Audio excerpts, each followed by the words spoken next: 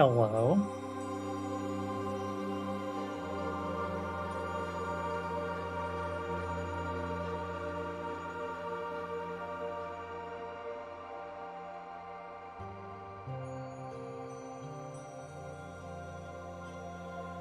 Oh my god, the Call of Duty news.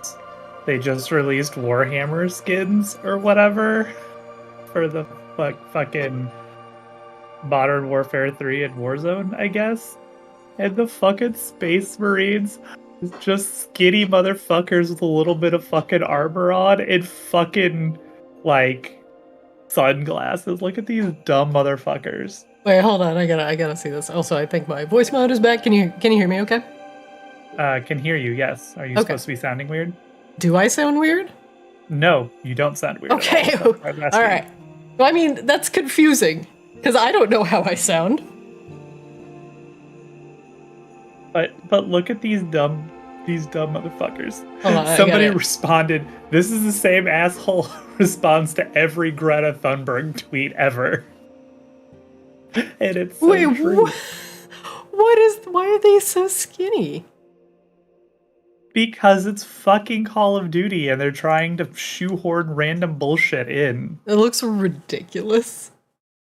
Like, so to be fair, there are like scout marines that don't have like the full power armor, but like nobody ever fucking plays. Like nobody's ever like, you know who I want to fucking play as? Fucking scout marine. No, that's fucking stupid. Nobody wants that. It's dumb. It's dumb as shit. I didn't even know this collab was happening. It just got announced today, and people are just memeing the shit out of it. He's just a little guy. But also, like, he looks like every fucking Republican dude on fucking social media ever, with those fucking sunglasses. Yeah, and the sunglasses and the beard, the slick back hair, with the slightly receding baldingness, and then the beardage. Yep. Fucking tactical gravy seal over here. Gravy seal. Oh, no, that is hilarious. That has brought me great delight. Also, why didn't my sound loop? Hello? Hello. Yeah.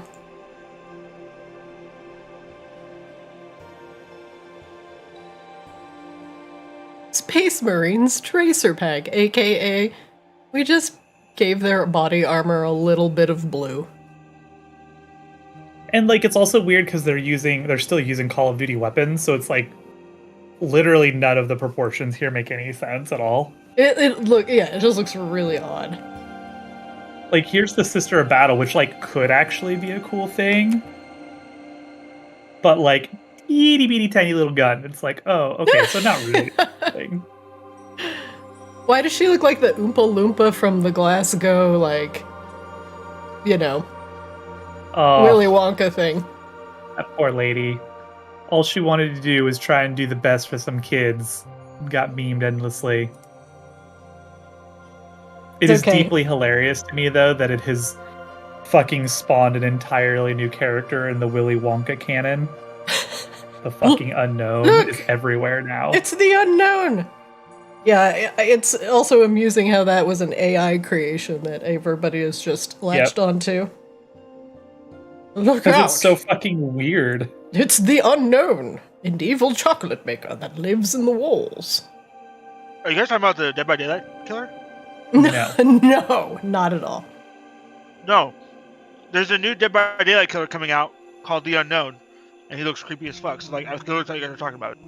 Oh no, the unknown we're talking about is like, so somebody did a generative AI Willy Wonka experience in Glasgow, like last week. That one, yeah, you saw that? It just entirely fabricated a character in the script that the dude had it right, called The Unknown, and they just ran with it, and now it's just memed all over the internet. But now the brands have gotten a hold of it, so it's ruined. So it's run its course. It's had a week. People liked it for 3 days. The brands got a hold of it. It's done now. I mean, I think we were technically officially done with it when it was literally just some asshole who put together a bunch of generative AI prompts to, like, you know, actually defraud a bunch of people out of money. But yes. Yeah, but now it's a hit, so it's kind of like reverse Uno carded. Also, that unknown thing is incredibly creepy.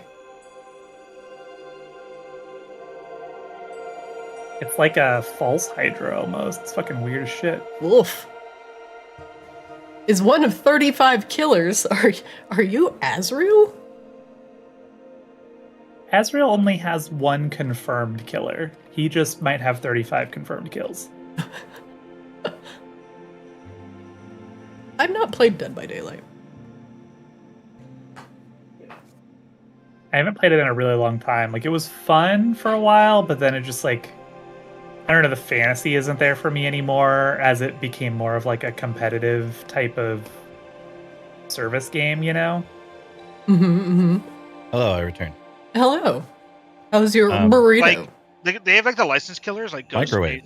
Myers. They just had Chucky, their last, like, they had Chucky as the killer. That was pretty cool. I like it's the a game premise. that I like the concept of a lot more than the actual gameplay anymore. And I'm Like, the glad premise it's is really still doing cool. good. What was that other game that was like the 5-on-1 survival game? It didn't do super hot. Survive? Evolve? Or Evolve, that's it. Yeah, that's it. I think Matt Colville was like the lead writer on that game, actually. It did all right for a few years. Turtle Studios did pretty good for a bit, but They did Back for Blood recently. Oh. Also, Oh, I didn't know that was the same studio. I think it is.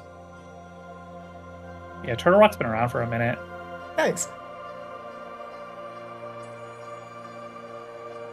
I gotta welcome everybody who's filtered in. Hello to Diva Lowers viewers. You're hanging out. Hello. Ew. Yeah, I know. Ew! God! Look what the Coslo dragged in. Ew. Don't worry, chat. For the next 3 hours, I'm not going to make him drink anything too weird. That's IRL. actually like that will interest them less. Yeah, I Oh. was gonna say, wait a minute, like, isn't that literally the exact opposite of what they tune in for? wait. Hold on. I must rethink this. Yeah, but I can't, like, I'm not there with Devo, so I can't force him to drink anything that he wouldn't want to. His character, however, fair game.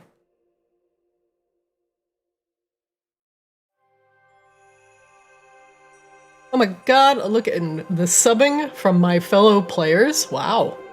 I feel appreciated today on this happy DMs and GMs Monday, which I didn't know was today, but apparently my players did. And they were like, hey, happy DMs day. And I was like, hey, thanks. Because I don't know how to take a thank you. But I know I feel appreciated. You ever know that you're my DM? Boom, boom, boom, boom, boom. Everything I would like to RP. Will we be gifted with a cherry tonight? I am not certain. Oh, I hope she is feeling better. Yeah. So you're saying it's 50-50. Either happens or it doesn't. Very, very well.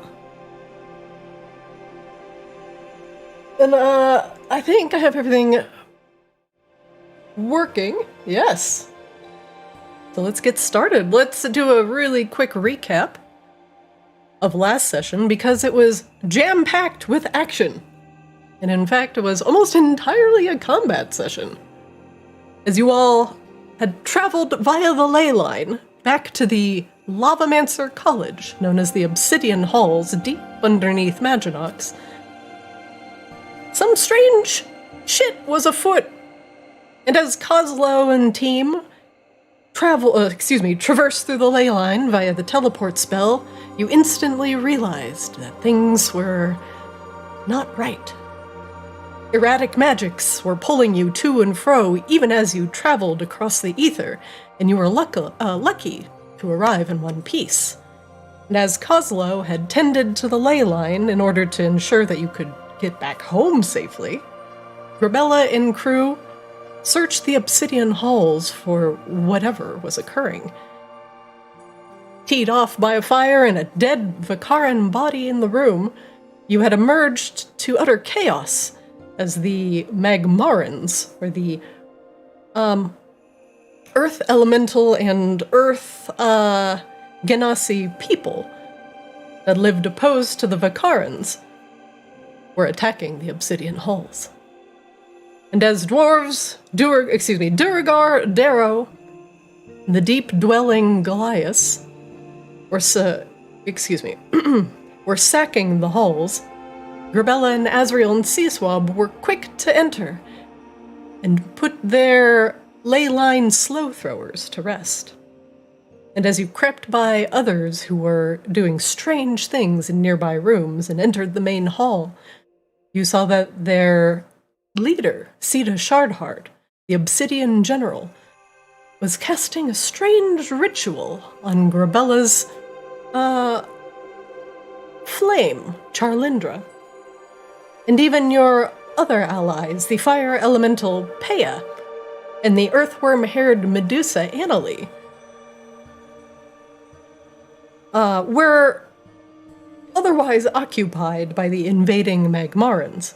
You had rescued Peya just before her essence was confined to a Borean shard, and you also rescued the Medusa before the Magmarans could take her back deep underground.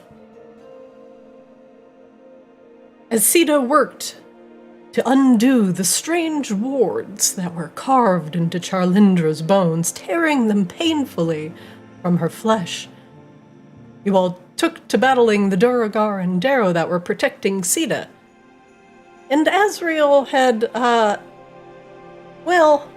banished her and sent her back to the elemental plane of Earth to be a thorn in your side for a future endeavor.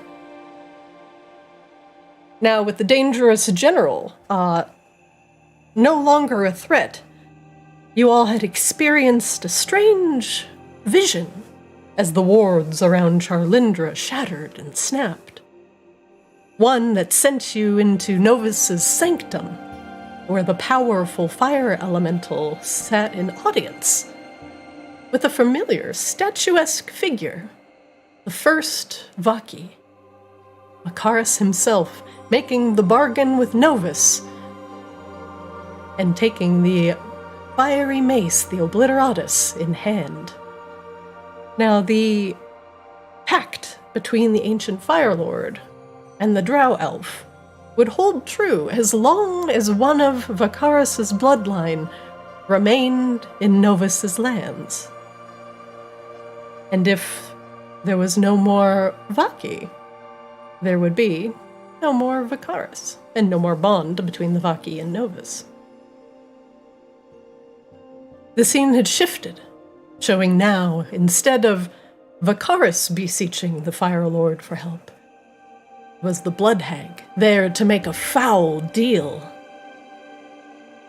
The party had learned that the red dragon that once rampaged across Vicarus, its presence was providing the Vaki with Borean shards, power sources, alternatively, that were formed from the dragon's presence, as dragons had naturally created these crystals of power for the Vaki to use. It caused Novus to become jealous and insecure, hoping that the Vaki would not become dependent on the red dragon for powers. And Novus wished for the Vaki to remain entirely dependent on the Fire Lord for not just survival, but for his future boons. And so, Novus bargained with the Blood Hag, who presented him a foul deal, a way to poison the dragon from the inside out, using black blood pulled from the earth itself. The Blood Hag, promising Novus's power, just needed a crux of power for her to work her foul magic, and a steady supply of blood. She bargained with the Fire Lord to park herself in Lavare, Vicarus's jail for hardened criminals, where she could freely take blood and work her magic. And as she concocted a foul potion for a dragon to consume, she also searched for the bloodline of Vicarus. And, looking into her cauldron and utilizing her foul blood magic, found the last known Vaki to carry Vicarus's bloodline. And that was Charlindra,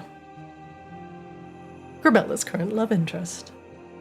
And now, with a powerful potion in hand that could not just poison a dragon, but control the dragon, the Blood Hag had everything she needed in order to enact her devious plan. It is presumed that posing as the dragon, the Blood Hag, knowing all of Vicarus's bloodline, consumed them one by one,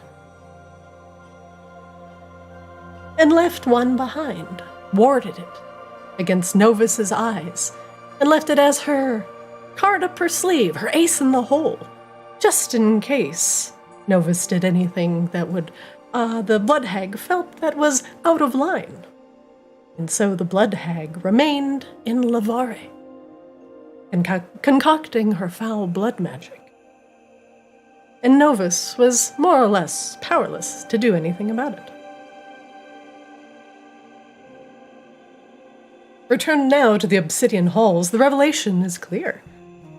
Charlindra might be the actually last of Vicarus's bloodline, and if Charlindra were to perish, the bond between Vaki and Novus would end. And most assuredly, most of the protections the Vaki has against the ever-present flames and lava that ran around Vicarus.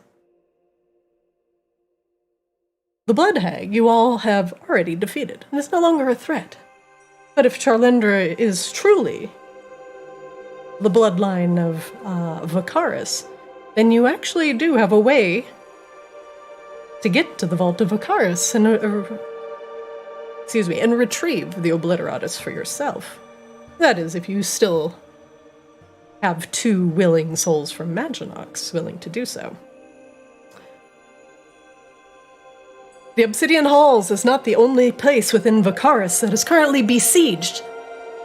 And so, we will return today to the Obsidian Halls. The wards around Charlindra are broken, and she lies exhausted upon the ground as the scars begin to fade away.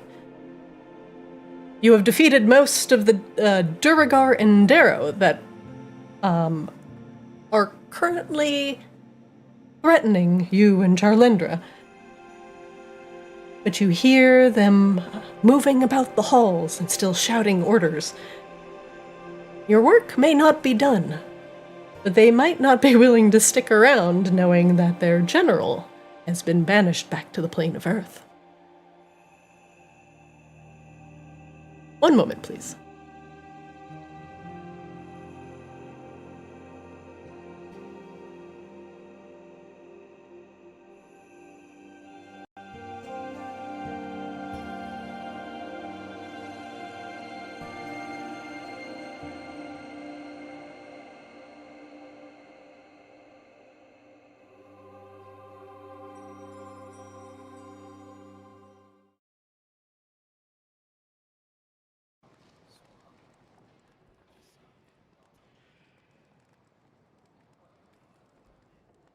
One moment.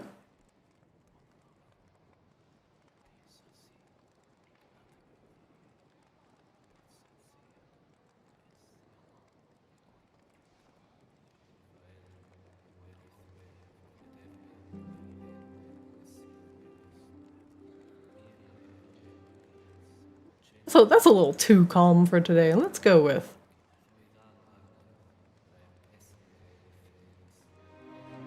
a little sadder.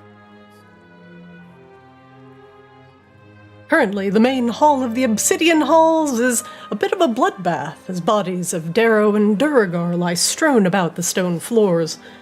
The crumbled remains of an earth elemental lie to the west, as Seismomancer Annalie takes a curious look at it. Charlindra lies unconscious in the center of a magical circle. Not visibly harmed, but runes that have appeared on her skin that were pulled from her flesh and bone are currently slowly disappearing, healing, but they still look incredibly painful. The shuffling and muttering of dwarves and Darrow echo throughout the halls. Your work may not be done. There might be a better way to get rid of all of these things than, well, outright slaying them all, but that is certainly an option. Asriel. As the commotion settles to the very, very, very south of the room, the furthest south of the room, there is a loud bang, a metallic clang. It's the sound of a gate landing on stone tiles. Ping, ping, ping, ping, ping, ping, ping, ping.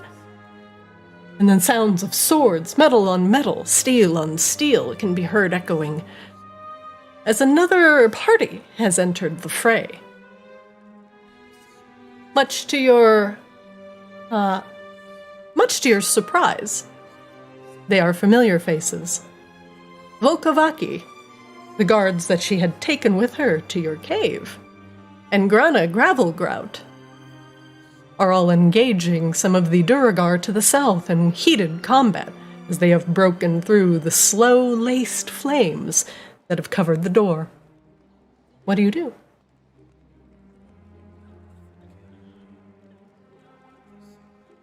I assume that I can't see any of this still because I'm in the other room, so I'm gonna just move up in that direction. Oh, yeah. Am I able to? I didn't want to move if we were like in combat still. Oh, you are actually. Let me look at the combat carousel. No, you are not in combat currently. As Cosmo, I remember, got banished to the nearest. The nearest briar patch. Briar patch. And I had to break my way in.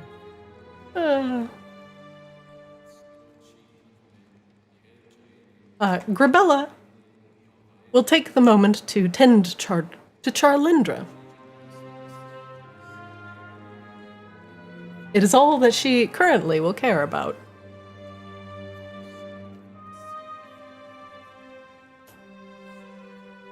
It looks like we have some company. Yeah, we should probably go give them a hand.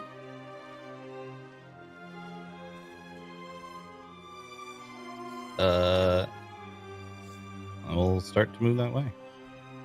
All right. Sounds of swords and steel can be heard. Ah! As the guards are engaging each other in combat. Give me just 1 second. I'm just going to make a couple adjustments here.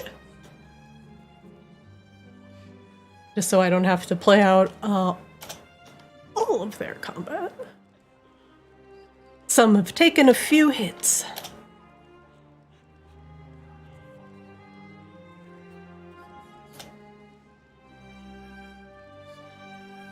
I think I lost the party. Oh, there you are.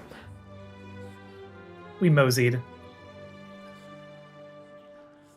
The fight that unravels before you. A lavamancer is currently throwing firebolts at a Vicarus guard as Volka barks orders and tries to step back, getting a little bit of distance with her heavy crossbow. Powerful thunks can be heard as she lets loose a couple bolts, but the Duragar hammer is currently all hot on her heels. Do you all wish to join the combat? Yes. Yes. Very good. 1 moment, please. I did not double right-click, you big idiot.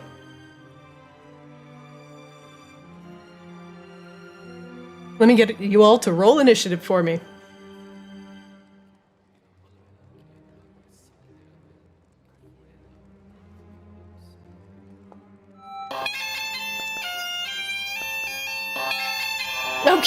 Okay, crit initiatives. Hello? For now, I'm going to delete Grabella off the board because she's messing with my map. And I'm going to bring Chompy a little bit closer. How long does Chompy last, C-Swap? An hour. An hour. Okay, so he's still going to be up, so I'm going to add him to the initiative list as well. I will move Eldritch Cannon Flamethrower to where it belongs. And Chompy will go right after you. Where is Kozlo on here? Oh, there you go. Very good. Let's get some appropriate bangers banging, and let's get on with saving our friend, shall we?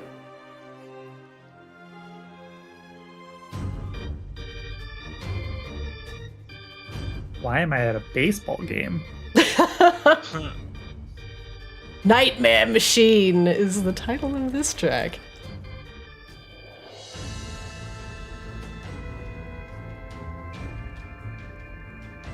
All right.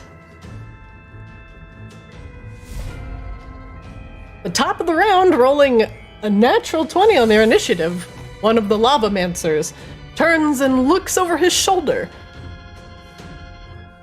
We've got company. Clear these ones out! We've got a city to pillage. Eeny, meeny, miny, mo. I wonder where that bird will go.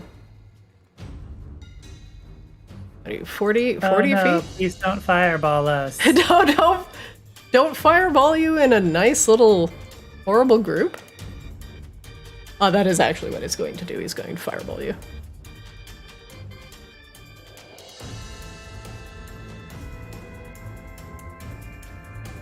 As he points his finger, he lets loose a beam of fire that explodes into a massive fireball near your location. Give me some dex saves, everybody. DC 50. Why are you critting?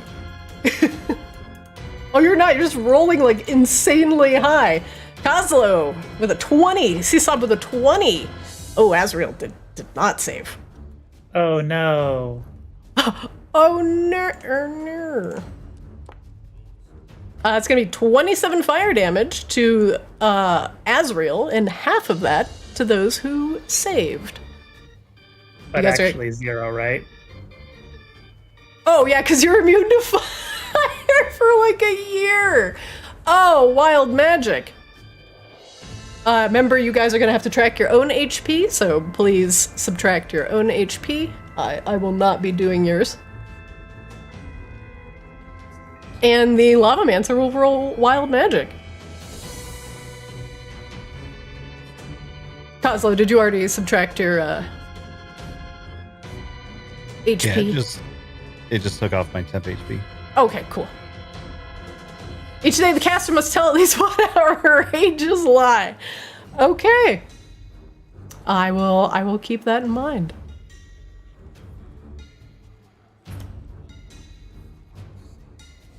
Next up, a Vicarus guard, currently in combat with one of the Darrow.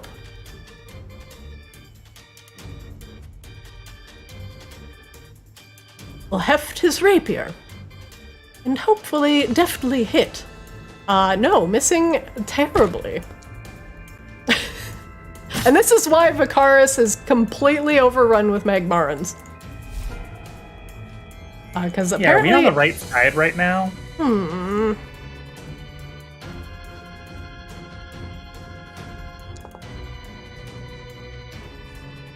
My god, the Vicarus guard actually hit something.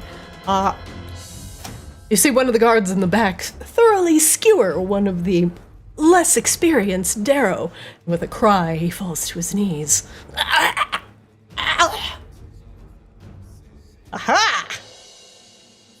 He's gonna flank over here. C-Swab, you're up. A fireball has heralded your arrival. You really shouldn't have done that.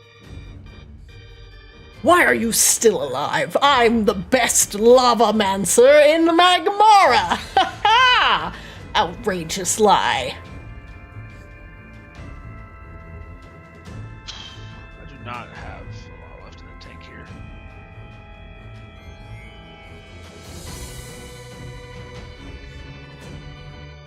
Chromatic orb. Chromatic orb. Classic, that'll hit.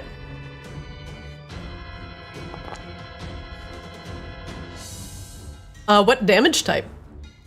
I'm gonna do acid. Acid, alright. The Lavamancer is not resistant. Actually, he takes 28 damage. Ho ho ho! He's vulnerable to acid damage. When Chompy gets his hands on you.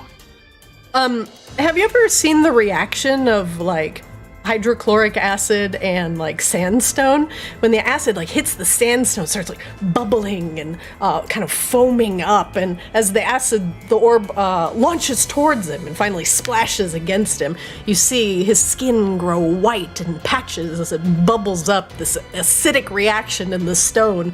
He starts touching the crumbling remainings of his flesh coming off of his body. What have you done?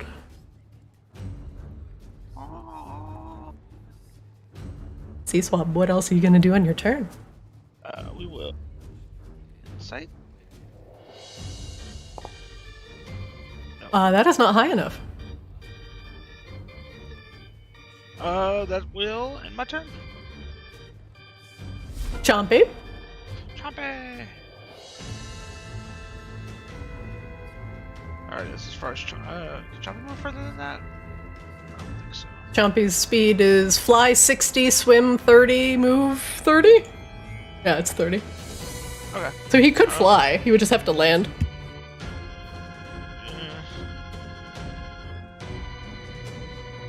Also, I believe C-Swab gets 13 temp HP. Yep.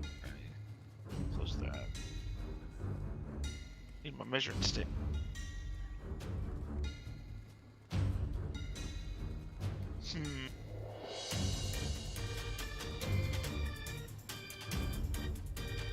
I don't think I can do this without hitting people.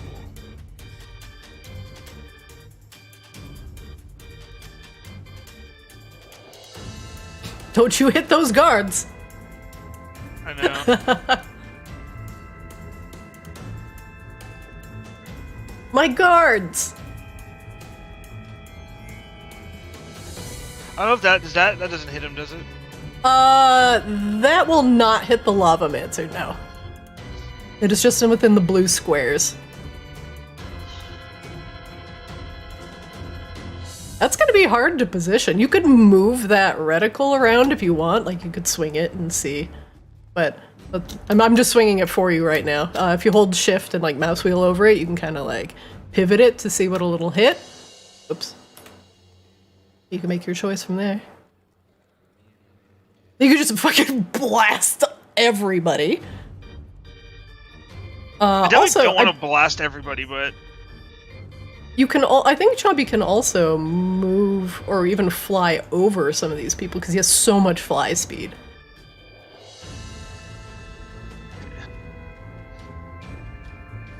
But he started here. yeah, maybe I move back a little bit. And then Chompy. So just keep in mind that since we're not doing Pythagorean theorem, you would have to gain elevation enough to fly over, which is about probably be about 15 feet if you don't want to get an attack of opportunity. The tiniest of reticles. The Chompy position. I do appreciate your commitment to not murdering your friends.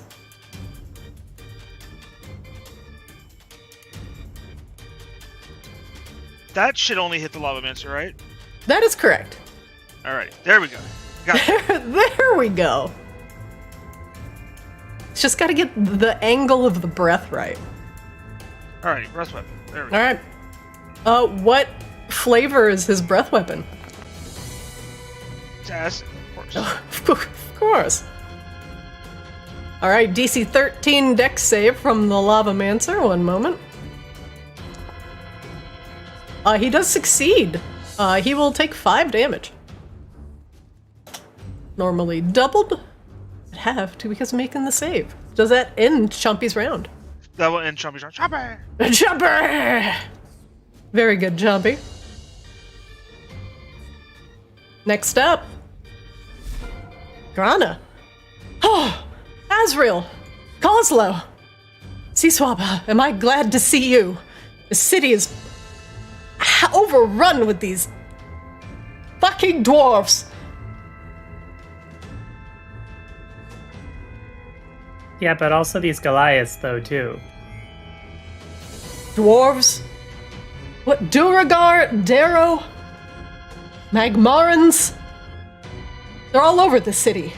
Some of them have been congregating in the gardens. I think I've seen them take some Vaki there.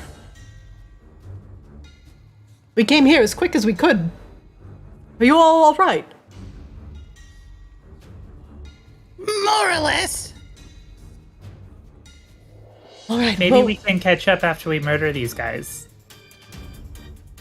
sounds good to me. She cracks her knuckles and gets to work.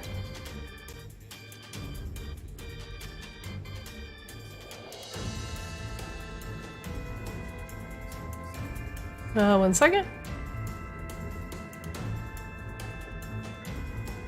Grana does roguelike things.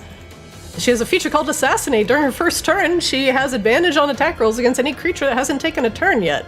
Any hit the assassin scores against a surprise creature is a critical hit.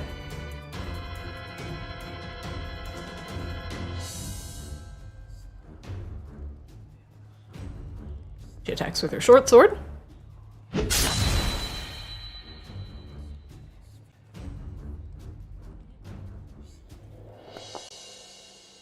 Oh, great critical hit!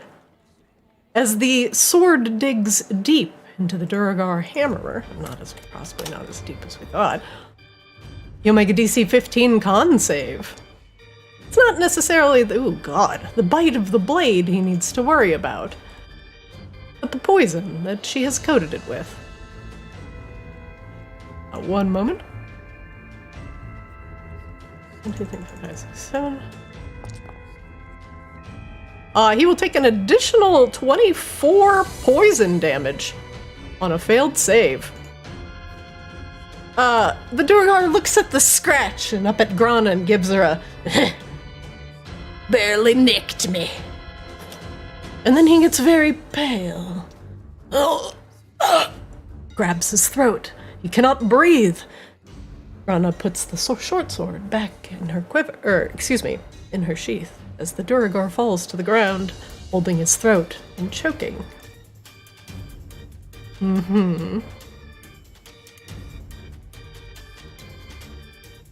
She moves over to the Warlord and ends her turn. Volka takes the opportunity to get a little bit of space, puts a bolt in the crossbow.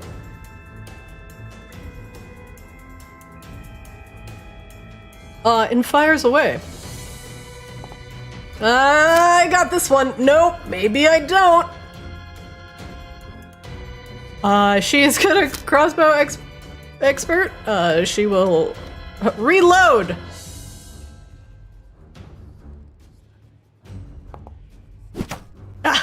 Gotcha. She hits him with the walloping crossbow bolts. A creature hit by these must succeed on a DC 10 strength save or be knocked prone.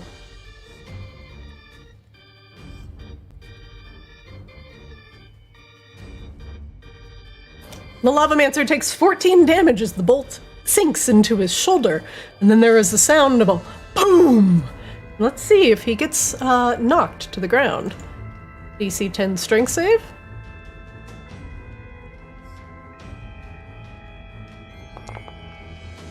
And he stands.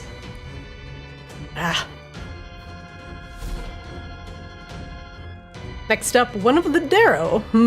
Caught between two Vicarus guards is actually not doing super great. He is going to cast Sleep on pretty much everything in this area. Hold on. Can I get C-Swab with this? I can't.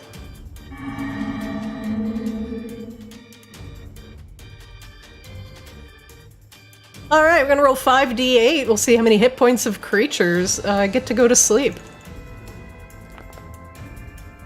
A 13. That is not very much.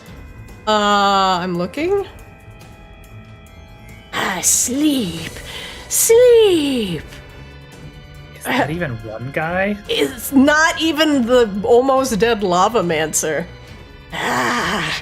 Sleep. Smell the dust of drowsiness. The Vaki look around and sniff the air. It seems kind of weird. I don't smell anything, do you? Nope, not a thing. Frustrated, the Darrow stamps his staff on the ground. Azrael, you're up. Oh man. That is the worst, world's worst sleep. I sort of feel bad for the guy, like... He's under a lot of pressure, okay? He's not the Liza Nagaib. He's not the Messiah. Let's see. Wait, oh.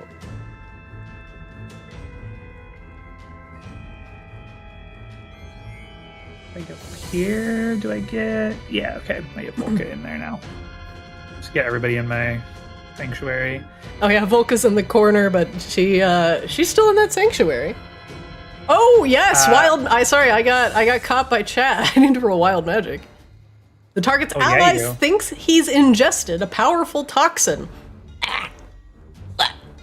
The Darrow begins to choke and cough.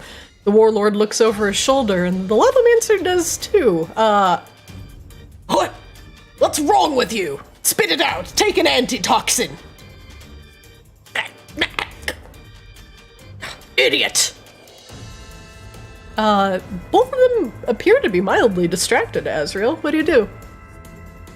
Azrael's going to energy drain the lavamancer. Okay. No. Well, let's start thinking about your name of your third shadow. Yeah, Azrael actually stand here because it can be melee or ranged, and they will get advantage on the attack roll. That is ridiculous. You touch the lavamancer's broad chest. That'll hit.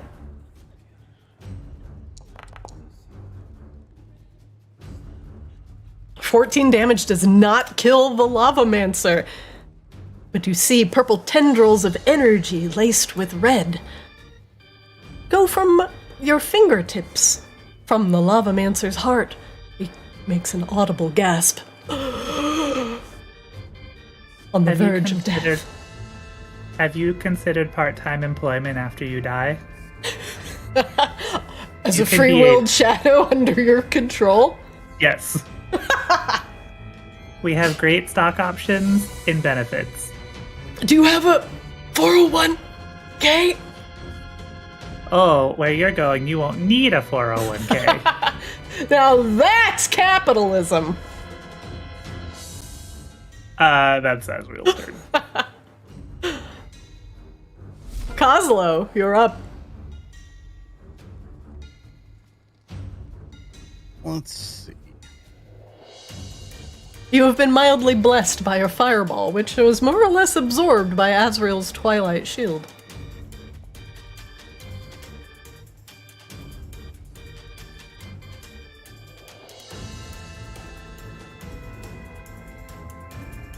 I'm very curious if this will reach. I don't think it will. It do not. Okay. Close. Flamethrower just gets closer. Oslo will remain back here where he likes to be. And... Wait, you got a speedy-ass flamethrower. It didn't go far? Oh, wow, that is 30 feet. yeah. So close. That's the one that I souped up with the goop. With so the that oil? it has, yeah, twice as fast normal movement speed. That's a fast boy. Okay. Then I suppose... let's work on this guy a little bit. It's a bad guy, right? Yes, It is, yeah. No friendly fire, please. We'll do the old hope that I don't get wild magic to death. Flown through the nearest window. Hell yeah. Solid crit. Let's see it. Oh god, this is gonna hurt. Oh my god! God, is he alright? No! No, he is not. There's nothing left but a smoldering cinder as Kozlo sends a empowered firebolt rocketing across the room, which is somehow twice as big and potent as his normal firebolts. Kozlo, you ready for your wild magic check? Yes. It's drink an entire cup of Tabasco sauce and clam juice. Just kidding. Oh. And then you... Uh-oh. Oh no! Uh-oh. An unusually virulent form of plague breaks out in a nearby town. Well, Well, that seems fine. that sounds like a Maginox problem. We have caused horrible things for, like, the entire region. There is a throne somewhere that has been usurped. There is a plague going around Maginox now. I'm assuming now it's lycanthropy because of the werewolves. This is fine. Everything is fine. People are dying in lava lakes. In fairness, that guy had it coming. No, I meant... No, you weren't here for this, Kozlo. Anybody crossing any body of water, including lava, their boats fail. Yeah, because Oh, no. like the waves, I think Sea Swab made all the waves nearby churn erratically. So it was like the Don't say lava I lakes as made well. like it was an actual did choice, that! Okay? You chose that. You chose to cast a spell, therefore, it's your fault. Well, I cast a spell earlier and she didn't roll my wild magic yet, so. Oh, well. Thinking? You did this. Oh yeah, you did roll, you did do a chromatic orb, didn't you? Haha! Got you, you fucker! All within 50 yards are draped with pungent floral garlands. Everyone has gotten laid. Congratulations. Beautiful orchids appear around everyone's neck, filling your nostrils with sweet scents. Ah, it smells like the tropics. How does this compete with the sticky, horrendous-smelling goop that we're all covered with? Oh, you ever, like, go to a friend's house, but you really gotta poop, so you go in the bathroom, and you're like, whoa, I destroyed the bathroom, so you spray really well in there? It's like that. Mm-hmm. It's like the guy putting the Pine Fresh air freshener in his car that he smokes in all the time. Yeah, just like that. Just hanging one in the porta potty that's been sitting out in the Arizona sun in 110 degrees. This is the kind of immersion that I look for in my D&D, by the way. Yeah, you're welcome. Oslo immediately begins hula dancing, like Lilo and Stitch style, but obviously he's Stitch. Kozlo, does that enter round? Yes. Next up, one of the Vicarus guards. Seeing Azrael close, also pulls their rapier and attempts to kill steal on Azrael's target. Aha! I got you. He will definitely hit. For 10 damage, as the Magmarin's back is turned, as Azrael takes a little bit of their energy. The Vicarus guard strikes, and the tip of the rapier appears out of the other side of the the Lavamancer's chest. Ah! Got Oh, him! you were going to get temporary hit points, but now I'm not so sure. Oh. He looks a little sad. No, I'm just kidding. He gains... You can be my minion. No! 13 temp HP. If you steal a minion, you have to replace it. That's just how it works. Yep. That is how it works. Take a minion, leave a minion. That is really Azrael's entire business plan, isn't it?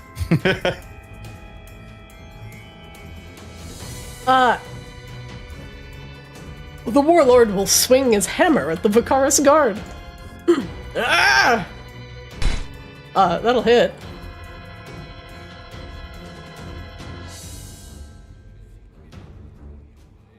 Okay, not the double formula. It's just 1d10 plus 4. Plus bonus, okay.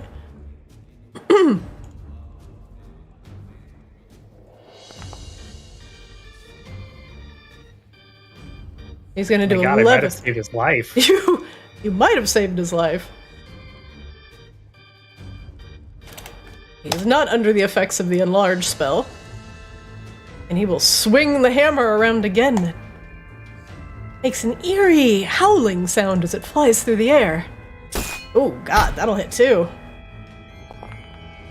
Minus the other d10, 28 minus 6 is 22. You might have saved this guy's life. Ugh! The sound of bones crunching under the hammer can be heard as the Duragard makes a solid hit. No!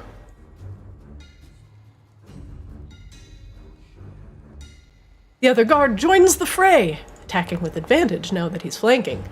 Missing terribly with the rapier. I have to roll that again, but it's fine, because he hit. See if he crits. Does not. And a quick strike to the Warlord does 10 piercing damage.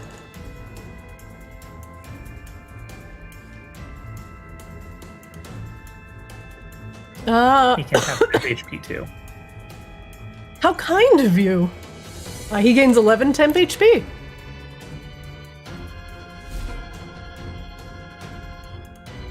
We've got this! They're helping. As the guards quickly pile on the last warlord.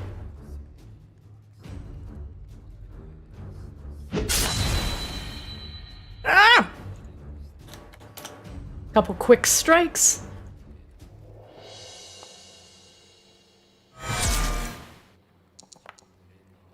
Good job, men!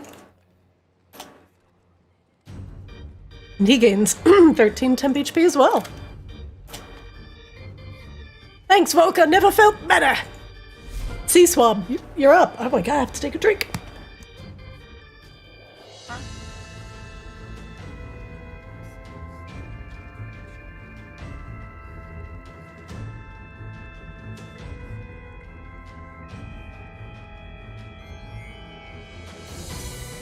What you thinking, Bird? I'm thinking. I asked before, and I assume these guys are the same, but they're wearing metal armor, correct? They are.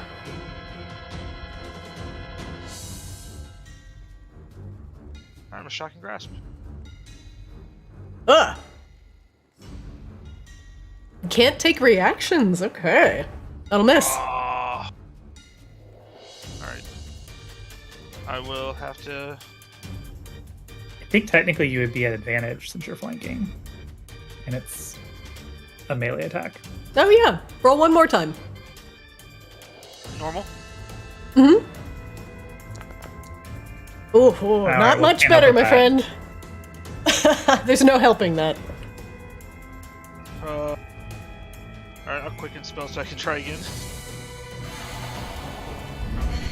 Ah, grabby hands. I missed. Grab him again. Now, would this one get advantage or no?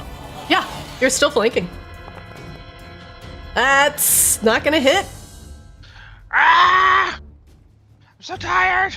Ah, But the most important bit of this is, do you get 2 wild magic saves or rolls? yes. He is casting 2 separate Amazing. spells. Incredible. All right, Sea Swab. The wild magic Hold on. flares Quick question. up. Quick Yeah. question. What? Would it technically be 3? Because with the action of casting Quicken Spell? I do not count Quicken Spell as a spell because it's a feature. Okay, I was just asking. Hey, just asking. So, now Sea Swab. Would you like to make a deal? Sure. Okay, I'm going to give you an option. Oh, God. Okay. And you can decide which one you take.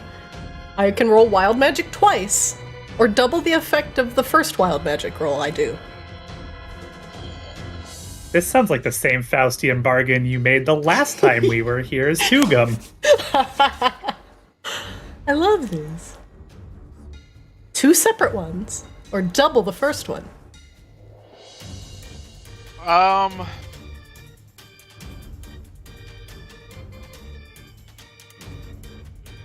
Alright. just because it's happened before, so 50-50 shot happens again. If I double it and something kills me, what does that mean? Then you're double dead. You don't undead the dead. Like if something kills you and then kills you again, basically what you're like is if something really kills me, is it like character deleted, start over death, or is I don't it like... think there's anything like that in this table. I don't think.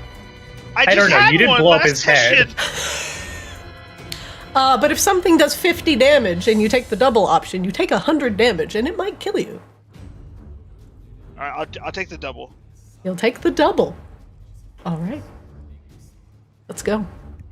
Instead of one village being terrorized by a plague, it's 2 villages. It's the Giga Plague. All right. Caster becomes unconscious when he becomes invisible. Okay. This will happen the next 2 invisibilities.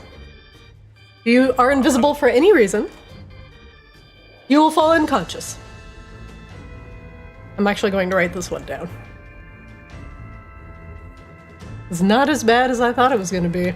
Next 2 times, C-Swab is invisible. He goes unconscious. Yep, okay.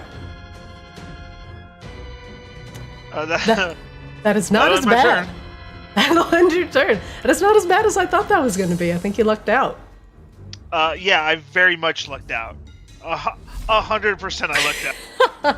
Chompy.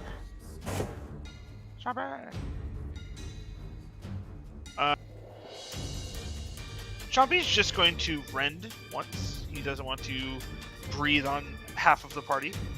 Fair. You're a changed man, Chompy. That'll hit. 15 points of slashing damage to the Warlord. So the claws rake across the Warlord's armor. There's an audible sound of, like, fingernails across a chalkboard.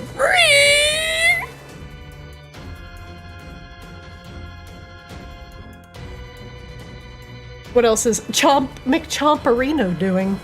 That'll be it for Chompy. He's just gonna, like, growl angry. Chompy! Ah! Grana holds her short sword up underneath the Duragar Warlord's chin. Surrender! And he growls and spits at her feet. I'd rather die. Very well. Easily arranged.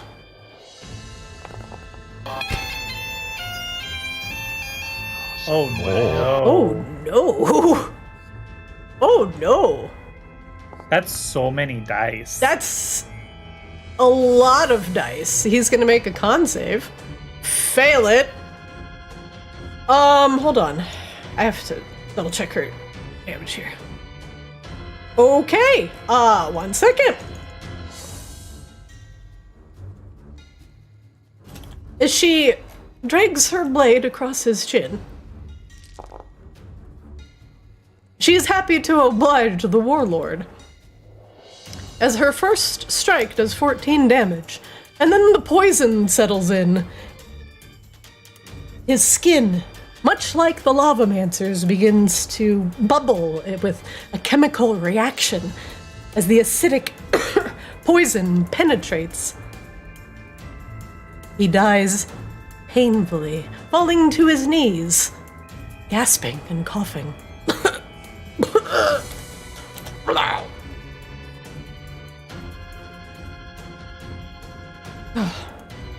Rana sighs, clearly out of breath, and the rest of the guards look in no better shape. Combat is currently over.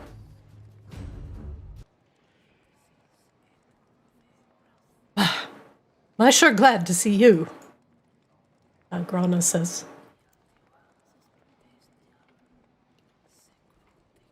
So, what's going on outside? We've had Magmarans come in from all over the place. It's because our current guard is... since we're relatively short on the amount of current guards, They have slipped through some of the cracks. Oh my god, I cannot fucking talk today. Hang on, 1 second.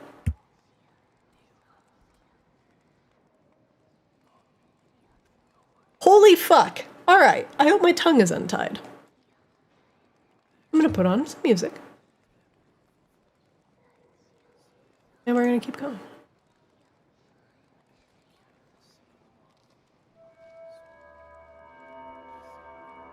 It's not very good. The Magmarans have snuck in through a significant number of cracks they've been working at on multiple fronts. The guard is stretched thin. So unfortunately, we've been headed off at the pass more often than not. We saw some of the Magmarans come here towards the Obsidian Halls, others towards the city square, trying to cause chaos. They were headed towards the throne room for some reason. Some of them have split off, heading towards the gardens, and taking some Vaki with them, presumably prisoners.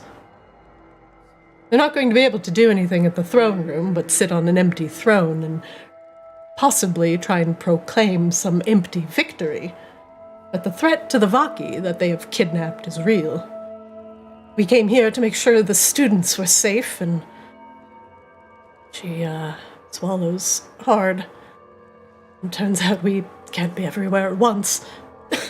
I ran into Volka on the way.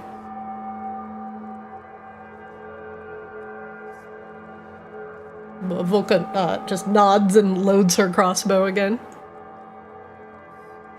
What's going on here?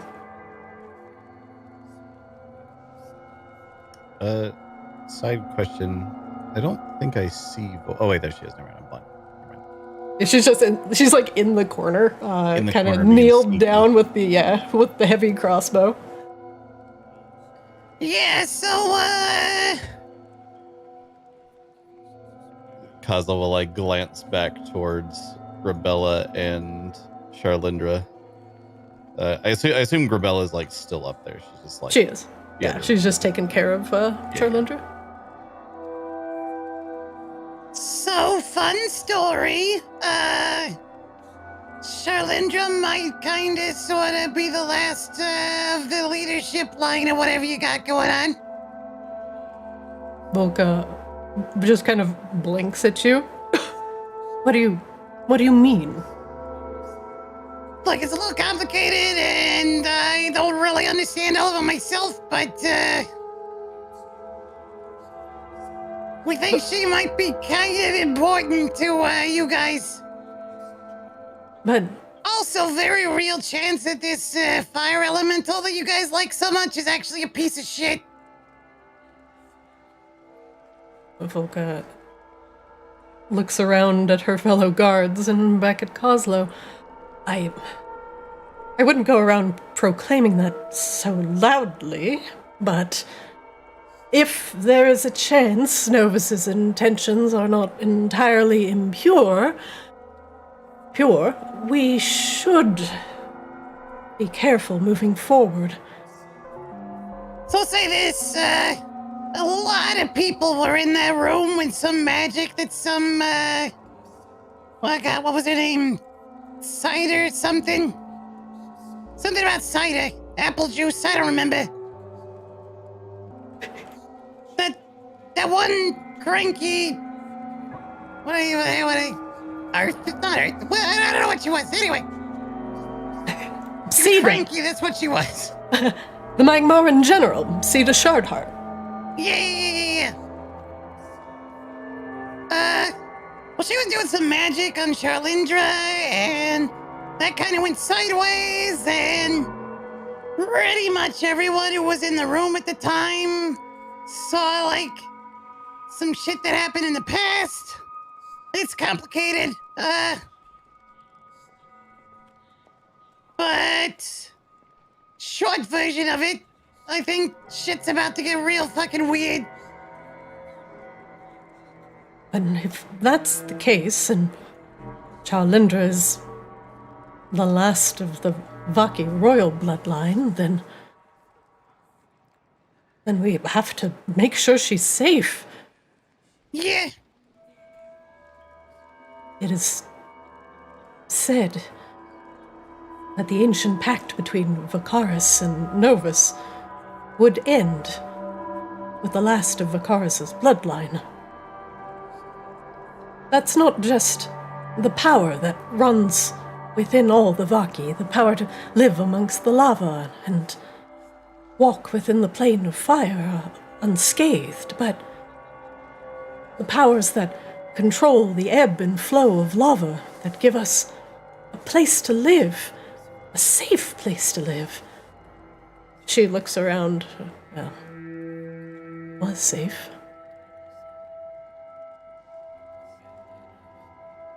I don't know what Novus has done in the past exactly to anger the Magmorans. Grana kind of steps forward and, pats Volka on the shoulder. Allow me.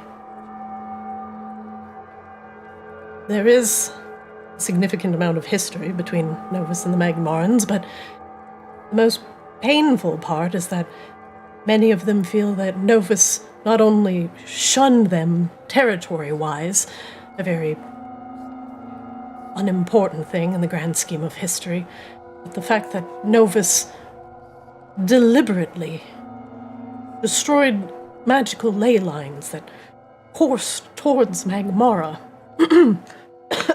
purposefully in order to stop the incursion of something called the Slow.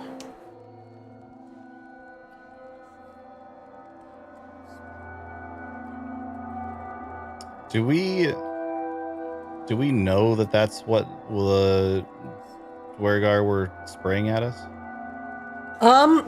Make me an Arcana check.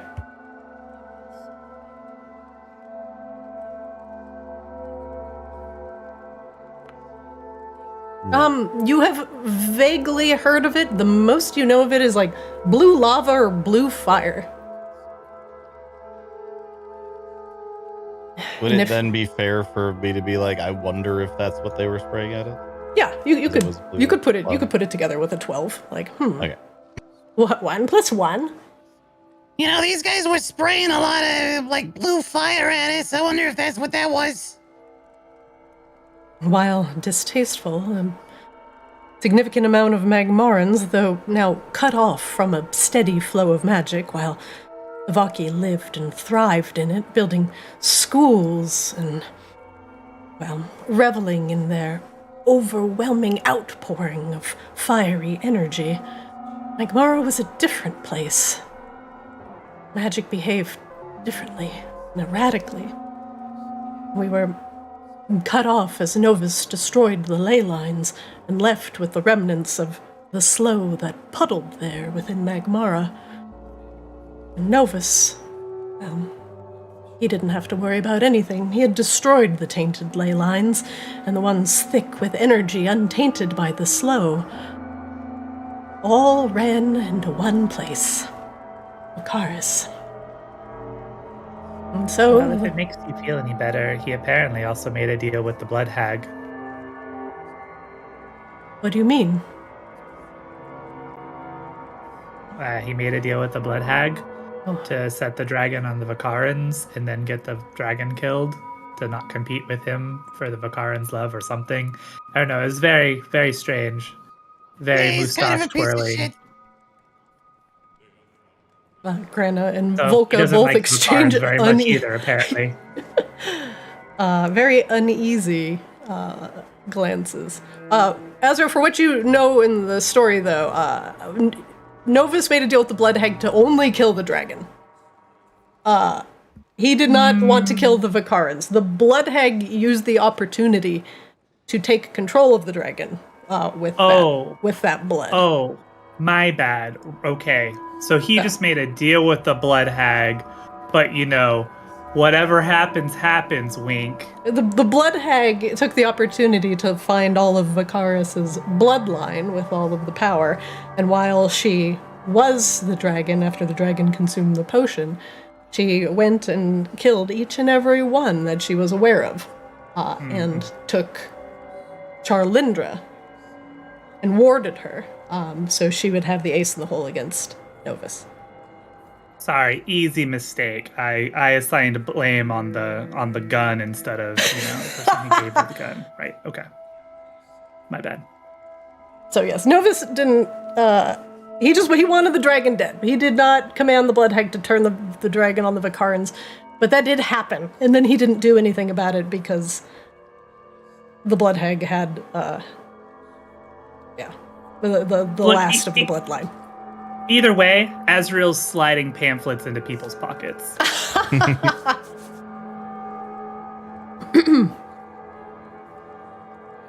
Well, so now you know.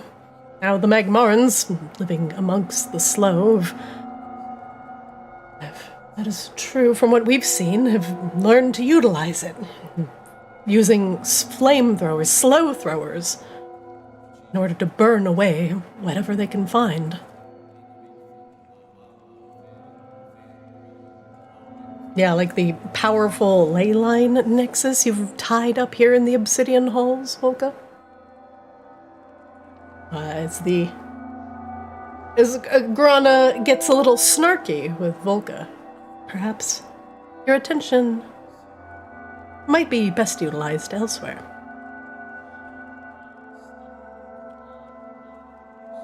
Speaking of people destroying ley lines, are we concerned about those assholes over there? And Azrael points, to the left side, the west side, where there's just dudes hanging out.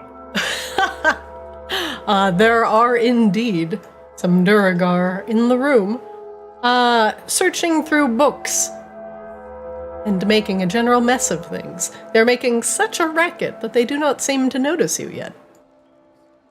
There's also a bunch of assholes back behind us. I don't know if Pea was going to deal with them or not, though.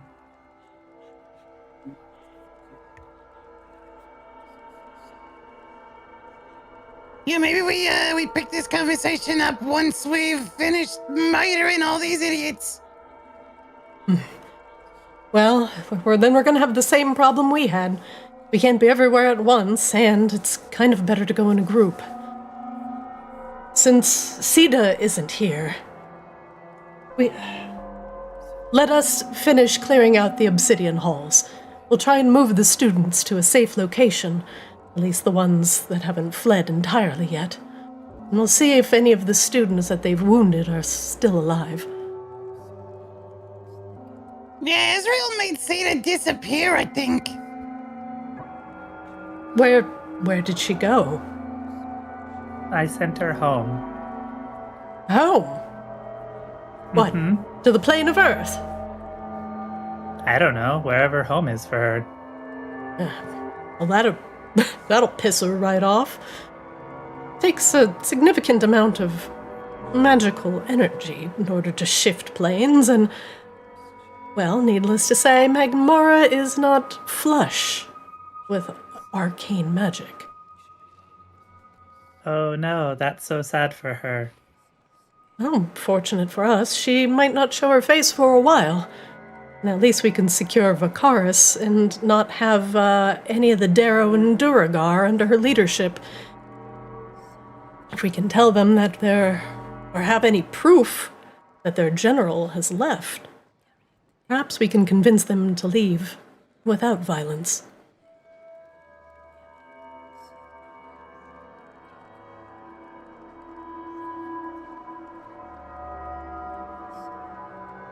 It doesn't look like you have any proof of this banishment. I didn't see you jumping at the prospect. Nope. Didn't really cross my mind. We honestly really just came here for Charlindra, I think. I mean, thumbs up, though. Good job, guys. Except for this guy. You almost got the crap kicked out of you. Oh, my head. Well, you came for Charlindra. Then at least let us help you. We can try and bring Charlindra back to Grabella's cave, and then clear out the rest of the obsidian halls. We have to make sure the Vaki that have been gathered in the gardens aren't going to be shipped away to Magmora for exchanges later. Let's make sure these Magmorans don't have any upper hands. Sorry, we're stretched a little bit thin. Yeah, sounds good. Murder. Well, Murder! Murder! and at least a show of force that Vicarus is not entirely unguarded. And thank you. There is a fire at the front door that they have cleared away. You head out the front door and head west. The Vaki Gardens are very near the city center. The Vaki should be gathered there. They were flanked by a couple of strange-looking earth elementals. Be careful. We didn't see any of the Zarans around there either when we were scouting. So I don't think the wild magic is going to be an issue. Kozlo looks slightly disappointed.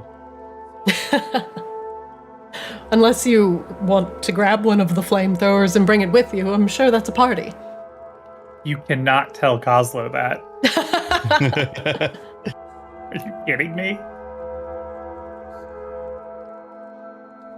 Okay, I guess we're gonna go do that.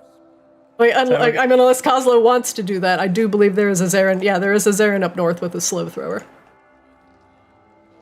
Kozlo genuinely looks like he's considering it for a moment, but then looks at C-Swab, whose face is still kind of fucked up from the explosion, I assume, and he's like, You know what? Actually, I think I'm okay with just regular magic for a bit. C-Swab gives you the look as you're contemplating it, like, do you guys remember Techno Viking? He gives him that look. As he sees Oh him my god. contemplating. Wow. What a reference. What an ancient meme.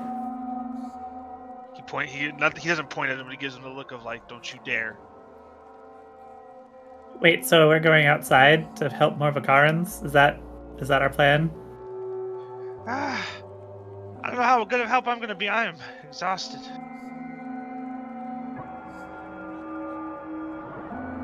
Well, no rest for the wicked. Sorry, city's under siege. No time for napping. Your city's under siege. I'm not Aren't you even certainly happy you didn't make an enemy of us, Volka? Like 2 days ago? I never wanted to make an enemy of you. I was just... I didn't know. You're welcome Things for were saving your city.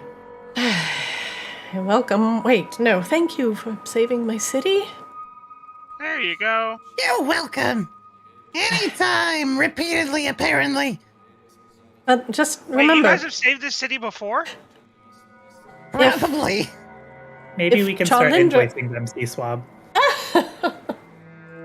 If Charlindra truly is the last of the royal bloodline, then we are sworn to protect her. So that is what we will do. Also, side question on that. So, Charlindra and Grabella are kind of a thing, yeah? Yes. Yes? Is that a statement or a question? They do appear to be quite affectionate, but I didn't want to presume. If she's the last of the bloodline, that might be a problem.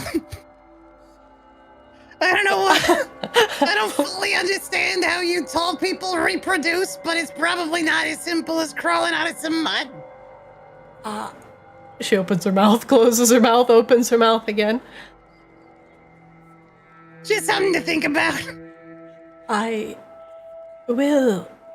Of course, I suppose there's not much I can do about that, but pray that Charlindra's life is long and happy beside Grabella.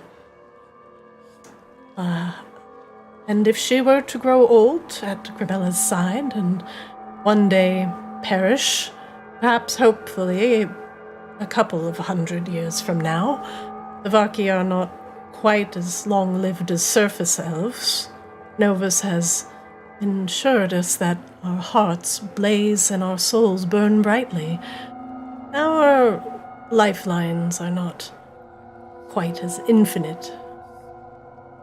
But I do hope she lives a long and happy life for all Vicaran's sake. She clears her throat.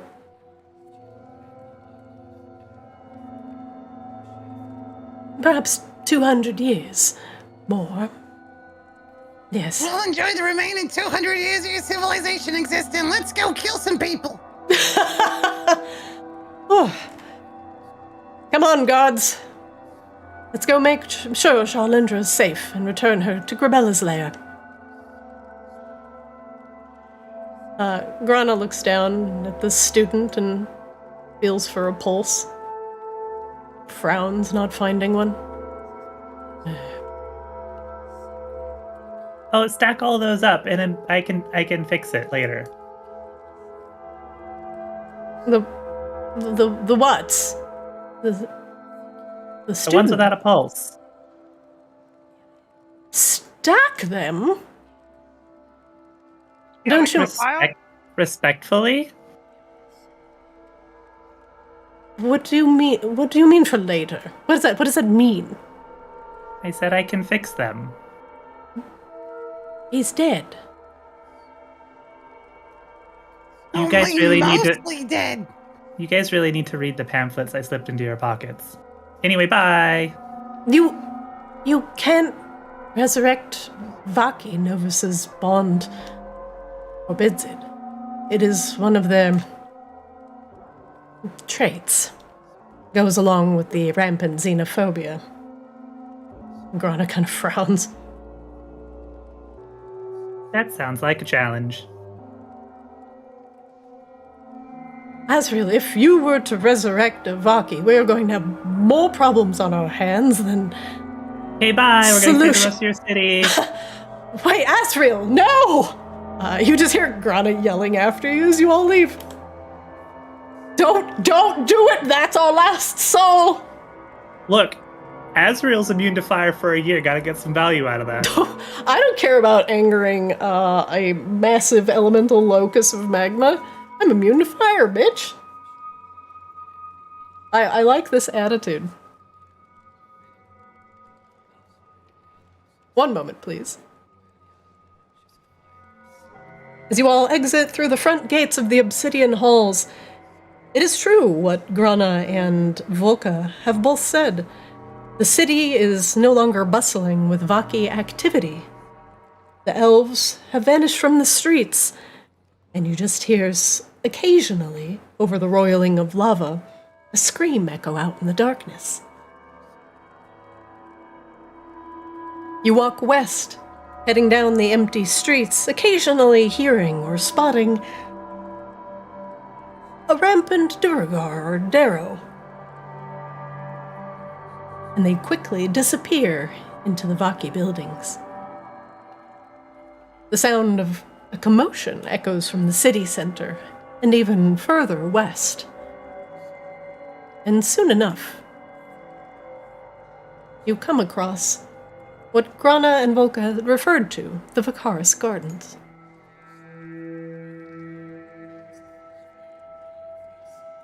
One moment, please.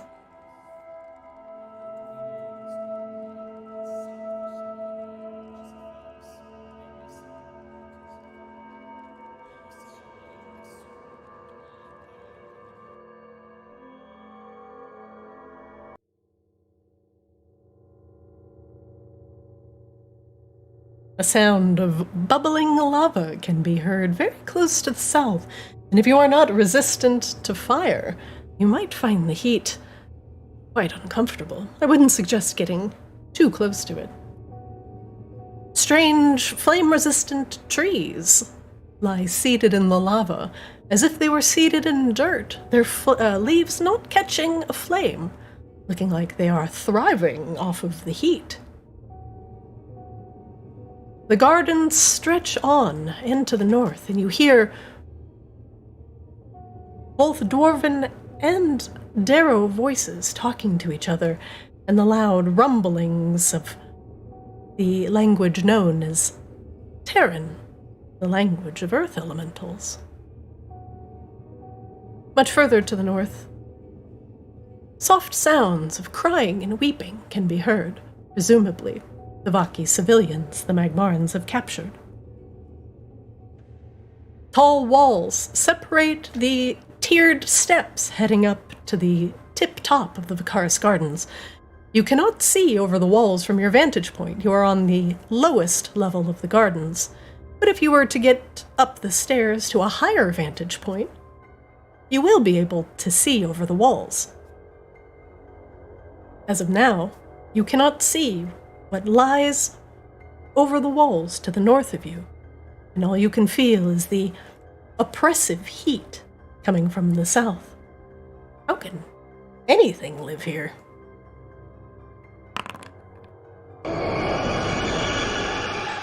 Zero? Yeah, You'll just have weird. to, yeah, just do that manually. Yep. While we're walking, Azrael will cast Life Transference on C-Swab, so he's not so fragile. Oh, thank God, Azrael.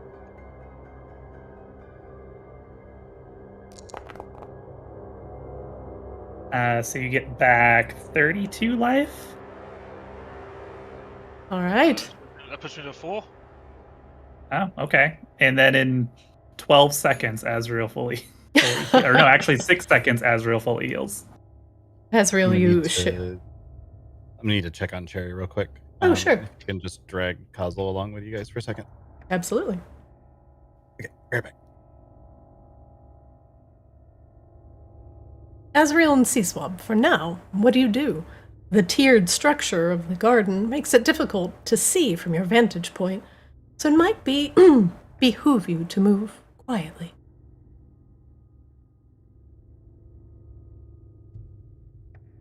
Well, I can make everybody invisible. Then I hope you can carry me. Yeah, What do you because mean? if he goes invisible, he goes unconscious. For, like, forever. He's going to be Sleeping Beauty if he goes invisible. Yeah, but he hasn't explained that yet. Would I know that? Like, does You Bob actually do know know that. Or You is it- do know that. You do know that. Yeah. Oh, actually, I can't cast regular invisibility. Sorry, I can only cast greater invisibility. So never mind. We're not going to do that. Well, I'm not really good with the slinking around thing.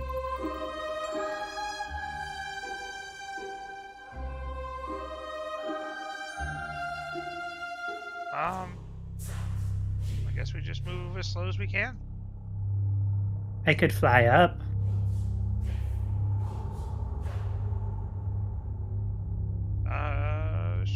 Sure. It isn't. Or we could just walk up to the stairs. It's fine. I'm sure it's fine. I see some guys up there.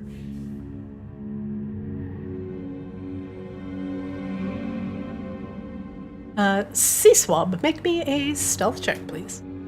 Oh, man.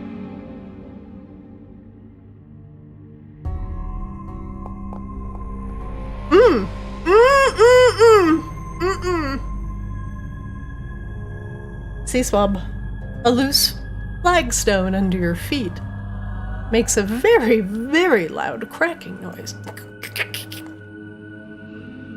Let's see if any of the stone guards up here can hear you.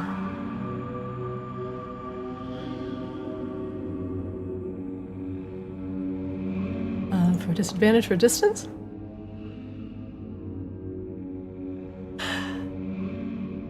The roiling sound of lava may have saved you, as the Duragar is moving west on his patrol. And out of your line of sight, your breath stops in your throat, and you let out a breath that you thought you were holding for about 10 seconds.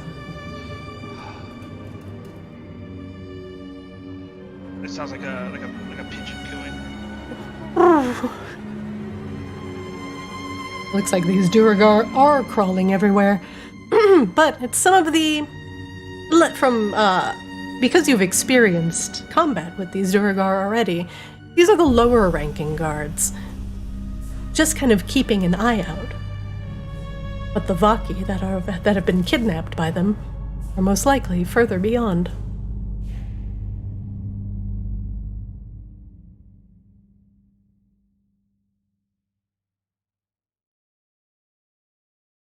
Well, what you want to do, C-Swab? Let's just keep moving along the wall and check our corners. I can see a bunch of people up there. Yeah, I saw them too.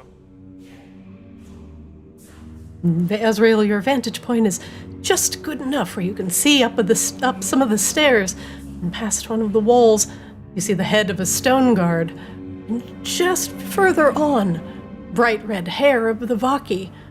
And you also see some of the elementals that Grana had mentioned. The things that have accompanied the Duragar on this venture. It appears to be a massive pile of gold nuggets formed together, clanking around. And next to it is a stark contrast. An essence of living soot that is congealed together in web-like patterns, and motes of dust, soot, and ash continuously fly off the elemental's body. They are flanked by some of the smaller, witchier-looking Darrow. One, a short, shaman-looking man with spiky white hair, blind eyes, and a gnarled staff. And on the end of the staff, a frightening, malformed child in a cage, looking not much more than a pale blue fetus. Next to the other Darrow, a witch, eyes black as night. She too has a gnarled staff in her possession, and her belt is adorned with various potent potables. She slams her staff into the ground a couple times and commands the elementals, who move some of the Vaki into position, rounding them up. Their hands are bound now, you can see, as they stand up and move. They look like they're about to be transported elsewhere. The Witch Queen begins to chant, arcane words slipping through her lips. Azrael and Seaswab, you can both make me an Arcana check, please.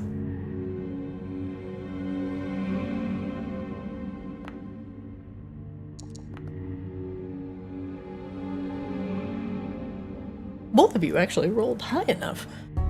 The words are, especially for Seaswab, familiar. It's words of arcane magic, but laced with evil intent. Some of the words are more ancient, and you struggle to find the meaning behind them. There are also other phrases that are interjected into her chanting. Phrases that cause goosebumps to rise on your arms. I'm sorry, what kind of bumps? Goosebumps? Bird bumps? Crow bumps? Raven bumps? What would you call those? Chicken skin? Jeez. This got real weird real quick. You both understand that the magic she is utilizing is not traditional arcana, but blood magic. And this is punctuated now by a sharpened kriss she pulls from the jangling belt at her waist. And she approaches one of the Vaki with malicious intent. A quick slash across one of the shoulders of the Vaki draws blood. The Darrow are utilizing blood magic. Are we gonna go?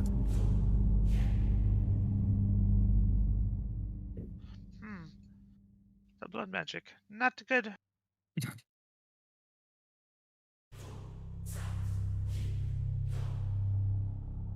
So is that a no? We're just gonna let them abscond with the students? No, we go. Oh, okay. Before running up, Azrael will activate Twilight Sanctuary again. I'm back, sorry. All right, perfect Alright, timing. so we're charging in a battle. Hooray! They have discovered that there are a couple witchy-looking Darrow on the top keeping the Vaki captive. They're also wardens of two strange-looking elementals. One made of soot. I'm going to show you pictures again. One made of soot, formed in web-like patterns. and the other, a massive pile of pyrite, fool's gold, held together by nuggets.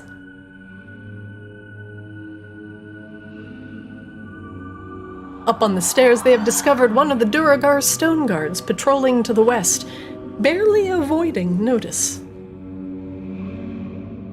Oh, and the Darrow are utilizing blood magic in their rituals, but you're not sure why. All right. Azrael will clutch their holy symbol because they're out of channel divinity, Amulet of the Devout, to cast their Twilight Sanctuary once per day without consuming a charge. Ooh, all right.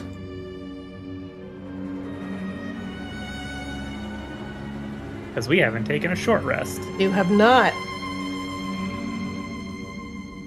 Twilight engulfs you, providing you some meager, a meager break from the heat. At least the shadows are nice.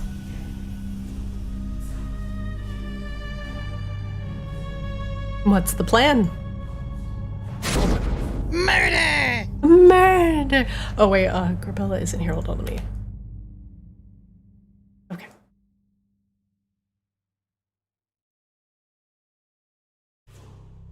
Be my guest. The floor is yours. The murder floor!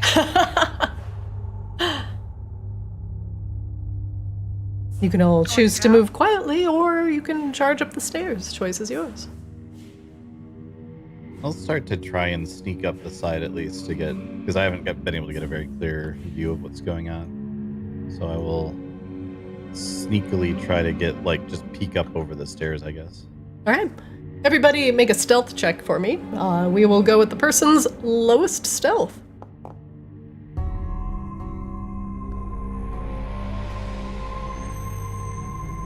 Where is it? There it is. Ah, classic Azrael's Azrael. Also, yeah, Azrael's also activating Steps of Night too, just to turn it on. Okay. Kozlo, since you are moving ahead and Azrael is staying behind to cast a spell, I'll allow you to move to get a better look about what's going on. You peer around the corner to the north. There is a bridge that spans across this lake of lava that leads to the Vicarus Gardens proper. You see heads of Vaki with their hands bound, being flanked by the strange elementals, and a couple of the very weird and witchy-looking Darrow that you saw within the obsidian halls.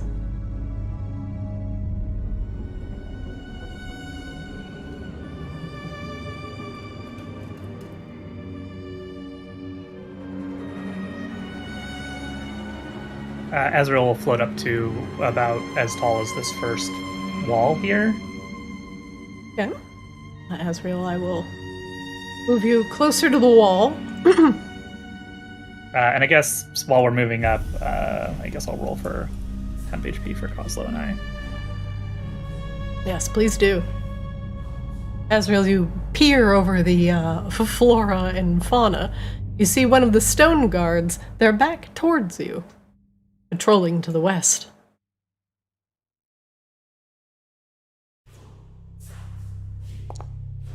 Take 12 temp HP, Kozlo. All right. And technically, give your flamethrower 12 temp HP too. I don't know if you resummoned it or what, but... I had to pull it back out when we switched. Gotcha.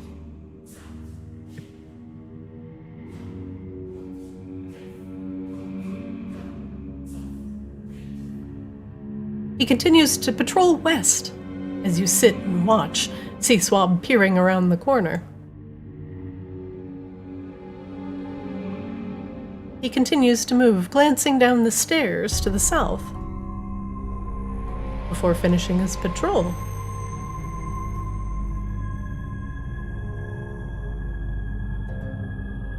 Azrael, you can see him move around the corner and out of sight.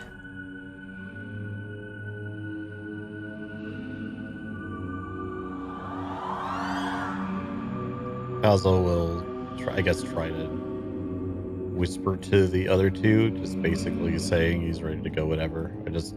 I I just wanted to get up here and actually see what was going on. So it's AFK. Azrael, from your vantage point, you have a very good view as you're peering through the foliage. There are 2 stone guards on the bridge, separating you from the rest of the Darrow and the Vaki.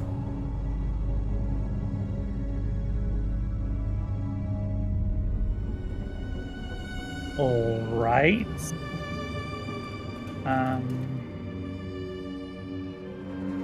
There's a bunch of dwarves on the bridge. I don't think we're gonna get all the way past them. Kazla, the stone guards are so delightfully close to the edge of that bridge. It almost gives you an idea.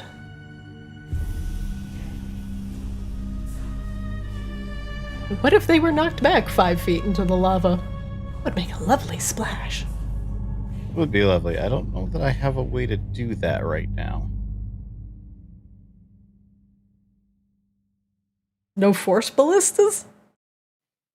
I mean, hold on. I guess I probably should have done this a while ago, actually. I could spend a spell slot to re-summon.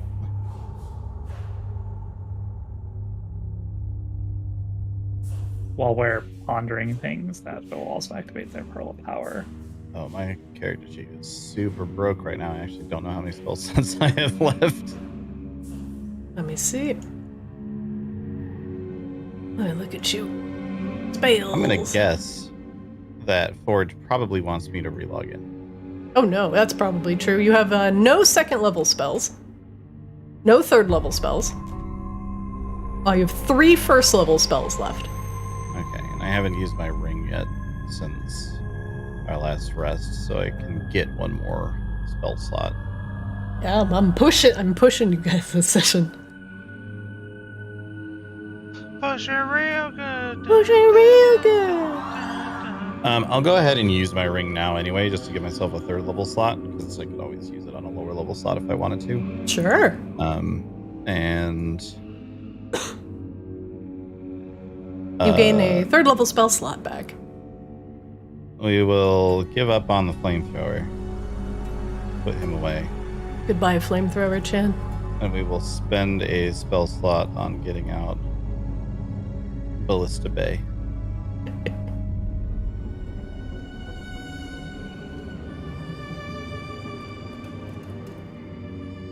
Oh, actually, I have an idea too. Let me know when you guys are ready to go. I'm ready. I'm as ready as I'm gonna get it. Azrael will actually cast Sleep. Please. Oh no.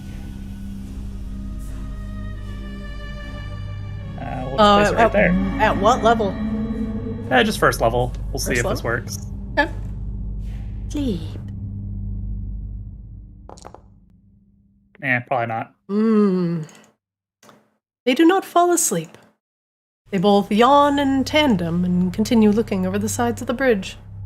Oh, do they not realize that they cast the spell?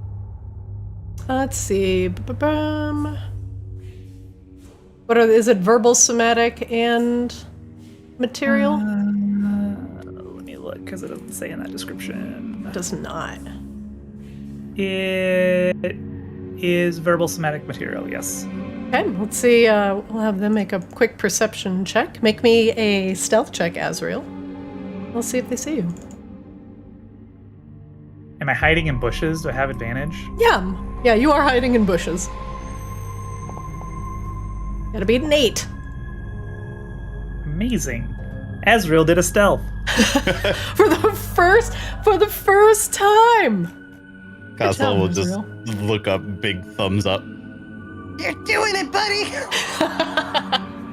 Is this what it feels like? Depends on what you mean by it. And also feels. Aww. Alright, well that didn't work. I guess let's murder them all. Okay, murder it is! Murder, murder.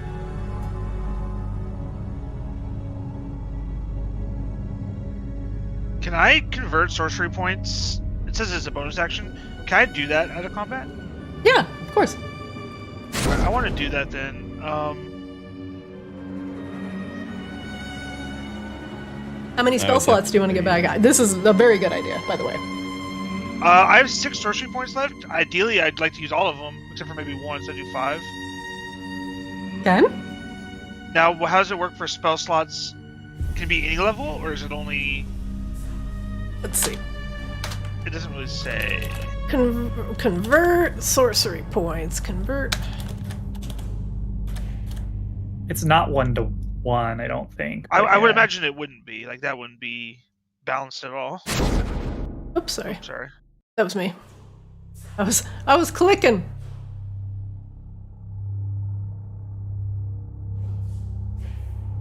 Let me look real quick. In my head, it would be like one for level 1, 2 for level 2, etc. But I mean, Yeah, when I click where it says more details, I get less details. Yeah, right? It's insane. Amazing. All right, let's see. The additional detail is go fuck yourself. It sounds like it's a DM's preference. Did give the DM some subs, cough, cough. Let's see. So it's clear. It's a free spell points. Let's see. Yeah, it is. It's 2 for first level, 3 for second, 5 for 5 third. for third. Yeah. All right, so it's. So How it's many 2, 3, 5. Or 1, 2, 3. All right, I'll do a first level and a second level then. Okay, and then you still have 1 sorcery point left. Yep. Okay. Then you can choose what you would like to do with that. Don't forget to All right, regain I'm your ready. spell slots. Okay. The party readies. The Duragar, unless you do something again right now that'll cause a lot of sound, you will get a surprise round on them. So I will allow you, if you wish, to enter combat, and you can all go first. Can Kozlo, can I like get the force ballista ready to like shoot this guy? You can move But, it like- in range, sure. I mean, it's well in range. Force ballista has a range of pretty much the size of any map we've ever been on. I think just to get around this pillar, it would need to be like 1 square in front of C-Swab, but that's it. Yeah, right there. All right, we'll trundle on over, and it's taking aim at this guy up here, ready to shoot as soon as we go.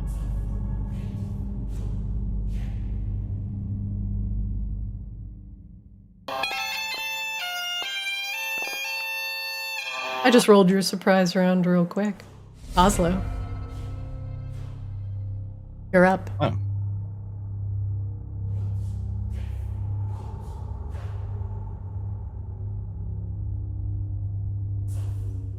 What do you wish to do, Kozlo?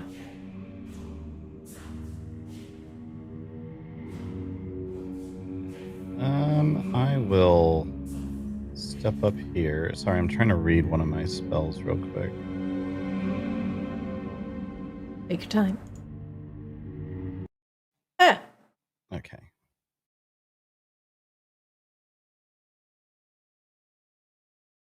Hello, music? Hello? All right. Where's my blue scorpion? Play? Thinking? There we go.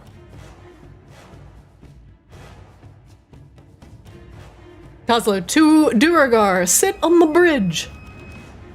Doing a terrible job at guarding as you adjust the force ballista into place. And I see this guy over here, right? Yes, he has not noticed you yet. But presumably, he will travel back to the east. One of these days.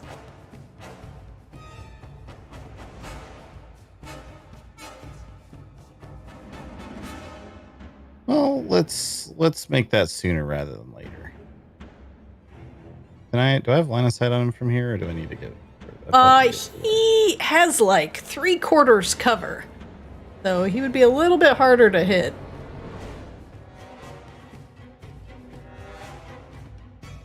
Dang, that's about as far as I can move to.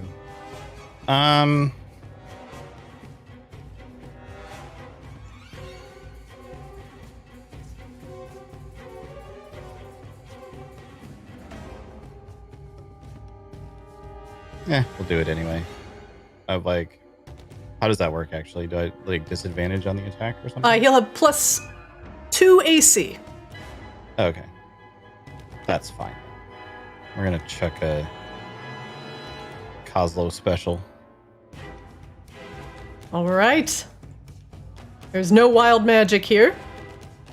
That will miss. But I got his attention. But you got his attention. And Ballista Bay will shoot at the other guy.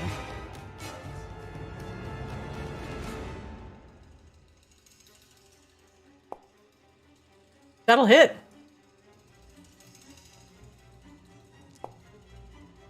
He takes 16 damage. Do you want to knock him back 5 feet?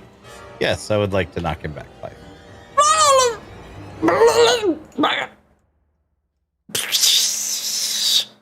Huh? The other guy on the bridge turns and looks. Kozlo just waves. Hello! What? Shivan! Shivan! You bastard! He will enter combat after this round is done. Yeah, I think he's down there. You should jump in after him. You might be able to save him. Kozlo, does that end your round? I will do an insight check. As soon as I find it again. Sorry, I'm still getting used to the new... What would you like to know? Any...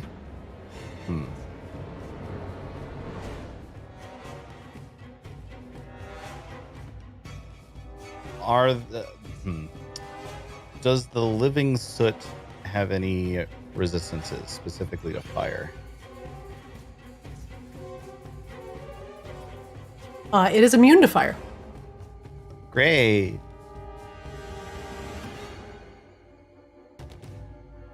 Okay, that ends my round. Azrael, you're up.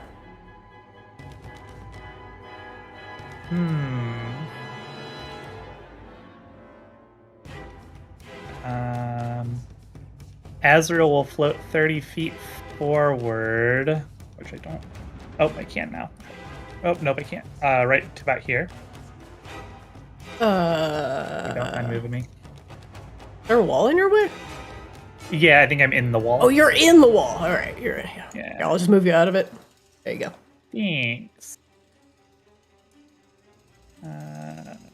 Take some measurements.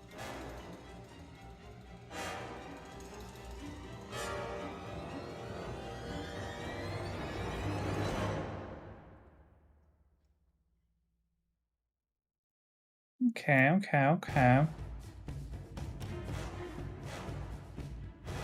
Not quite as far as I would like.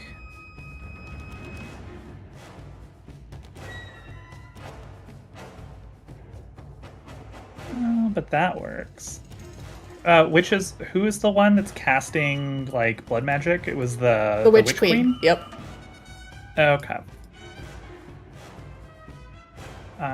Azrael will cast.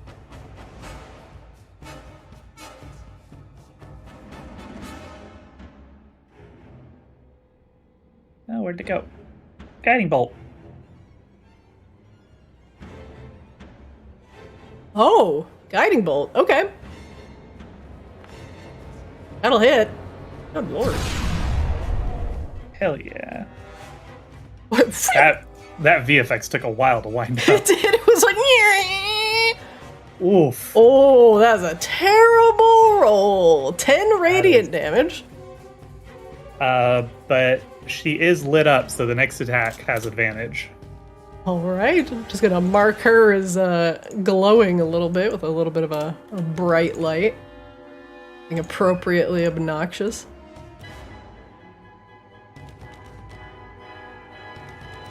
Then I think that will be. We'll insight check. I don't know. We'll insight check the pyrite pile. Okay.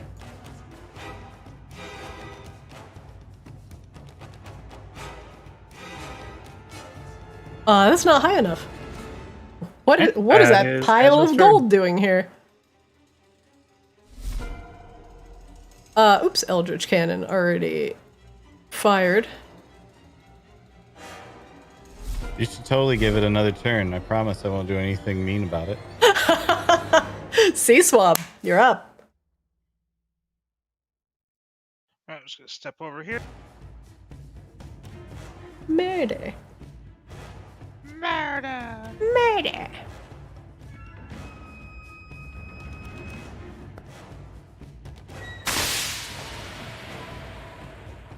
All right, on that stone guard right there, DC 14 con save. He fails as frost begins to form all over his body. And he takes 7 cold damage. Can't move. So cold.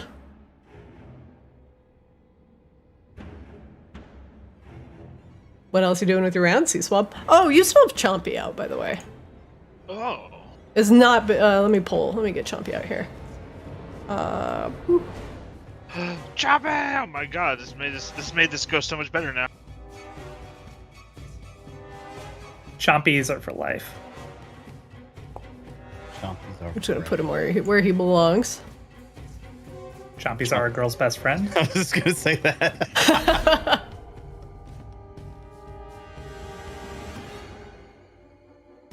Alrighty, that's 30 feet for Chomp.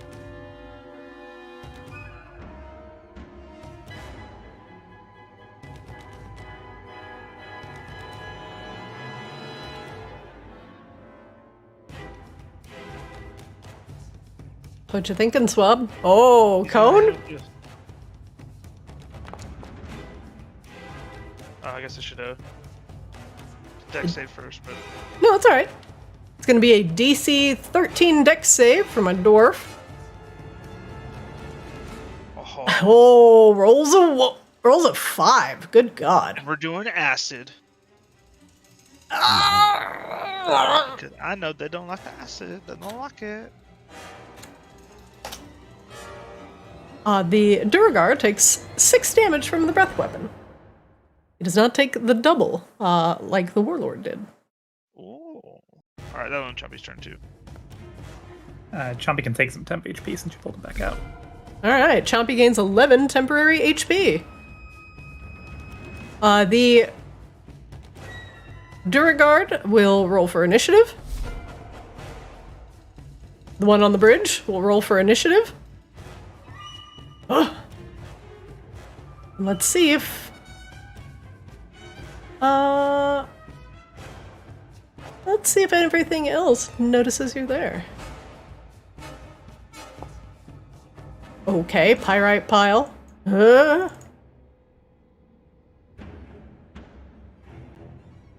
Okay.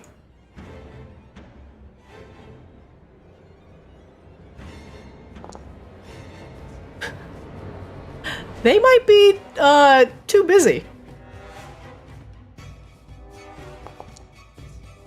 Because they have shitty dark vision. Well, the Witch Queen definitely knows because you just hit her with a guiding bolt. But does she though, or does she just think maybe it was a passing like pigeon or something? A pigeon that left a light on her that makes her more attractive to be hit. You know, I hit Don't those pigeons. underestimate birds. Birds aren't real. Wow, Spies and spies. Sea Swab is right there. He's right. God, the anti-bird propaganda is so prevalent tonight, and I'm just... This is, yeah, goosebumps. I mean, what is that? There's no geese here. You and Honestly- Purpose need to go back to HR. I do need to go back to HR. Ooh. Negative initiative. Nice. I mean, that sort of makes sense based off of your description of whatever the fuck that is. Kozlo, you're up. All right. Kozlo is going to continue picking a fight with this dude down in the bottom left. Because, I don't know, he's mad at it. Ah! Hey, what? Stop! You can't go up there! Hello! Ah! Get out of here, goblin! This place is not for you. Oh, okay. Sorry, my bad. Hey, I got this for you, though. Now, what is it? It's a present. Catch. Oh, he ducks. You didn't catch. What? Wait, that doesn't look like a present at all. That was a present for you. I made it just for you, just now. What's in it? Confetti. It's your birthday. Happy birthday. Oh my god, it's my birthday? Yeah, you should pick that up and smash it into your face for me. Oh, wow, yeah.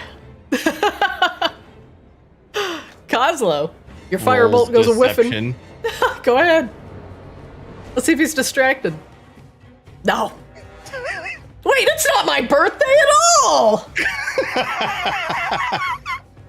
You tricked me. Sorry. Why I oughta? Yeah, that was the only part I lied about, by the way. That really is a present. Oh, really? Where? The bomb that I mean the bomb. Shit. The what? Do you want to have Eldritch Cannon? Yeah, Eldritch Cannon will actually trundle over to here. Base And of the stairs. Yeah. Shoot at that guy.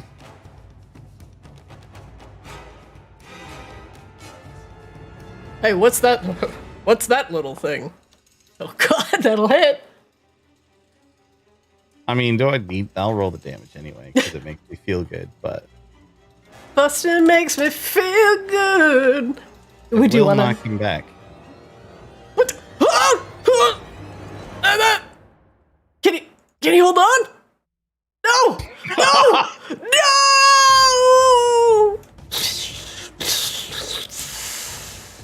Kazo like turns around and sees that his cannon has been quietly murdering something while he's yelling at this other guy over here. Just like does the like woodsman slow, like the bearded 80s woodsman slow nod at it. And I'll do one more insight check.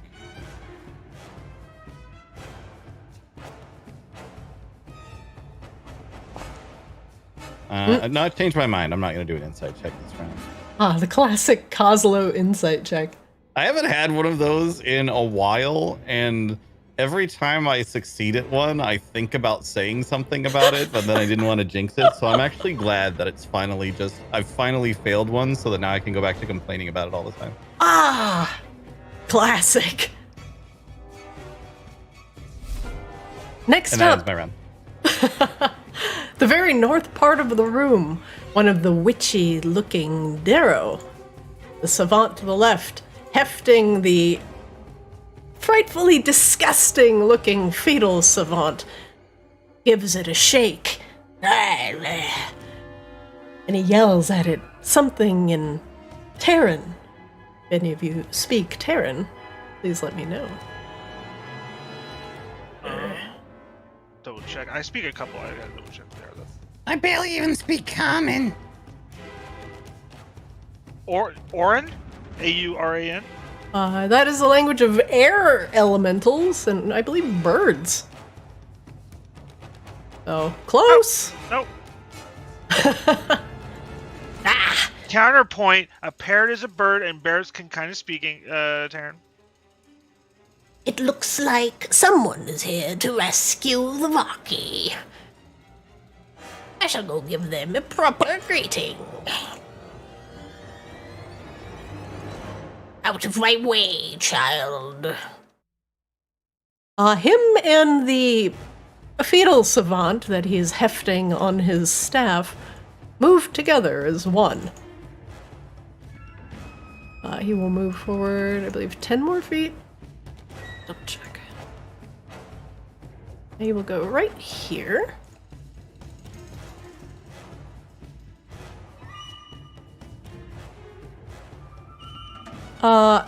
And point at Azrael with the staff, rattling the fetal savant at Azrael.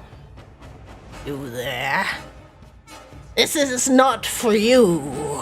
one whose blood does not quicken in their veins. Leave the Vaki. They despise you.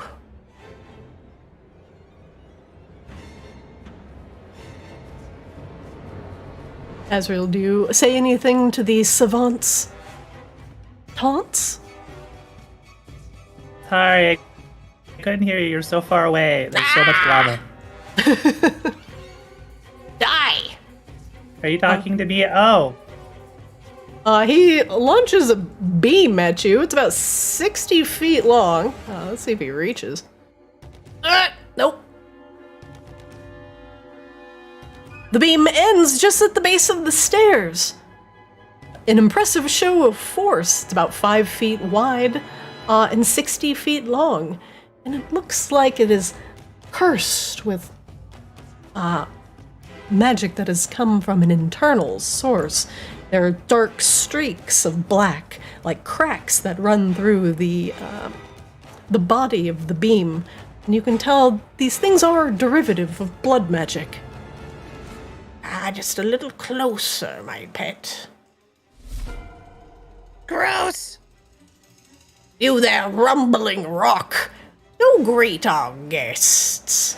We shall return these Vaki to Magambora for a taste of their own medicine. The pyrite pile rumbles and shambles forward. It pounds golden fists into the earth. Boom, boom, boom. And readies for a fight. It looks for something to throw, pulling a nugget of pyrite off its own body. Let me see if I'm in range for this.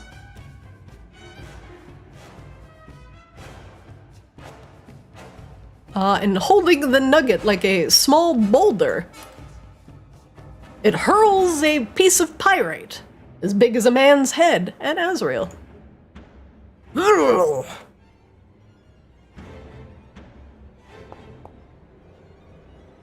yeah, that hits. Oh, that'll hit. Whop! The pyrite hits Azrael's armored chest for 8 bludgeoning damage. That was rude. I'm a little Oh bummed. my god! I'm only a Azrael, little are you bummed okay? Grabelle isn't here. I wanted her to go nuts over the pyrite pile. Oh, that is disappointing. Edge.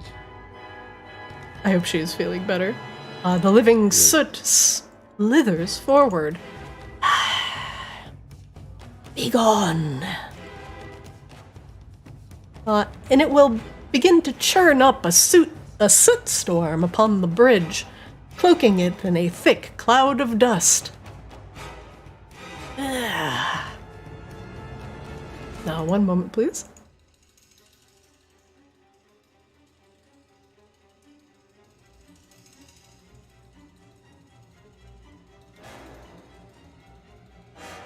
Actually, you know what? It is not going to do that, because actually that'll hurt the pyrite pile next to him. So he will just double move. Oh, they're buddies. And pass his turn. Azrael, you're up. The living soot moves forward ahead of the pyrite pile, who has stopped to throw a nugget of fake gold at you.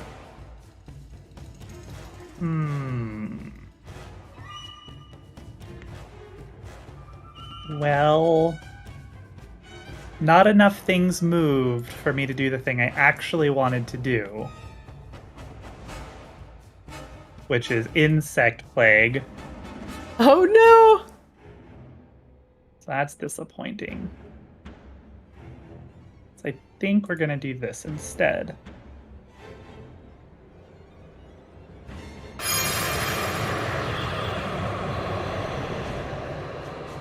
Oh, dispel evil and good. So Azrael kind of like shimmers in the twilight for for a second before going back to kind of like the dim light that they're usually enshrouded in. And yeah, as long as I have that up, but Celestials, Elementals, Fae, Fiends, and Undead all have disadvantage on attack rolls against Azrael.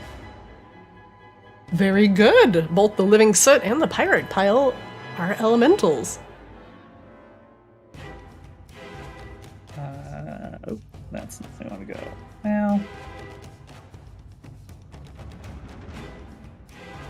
Oh, I see the second part of that. yeah. We'll go up to 25 feet. My home plane! Yeah. It's Banishment without all the pesky concentration. I will insight check.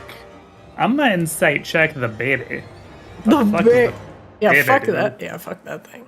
That does not look cash money. What would you like to know? Yeah, what the fuck is up with that? What do the baby do?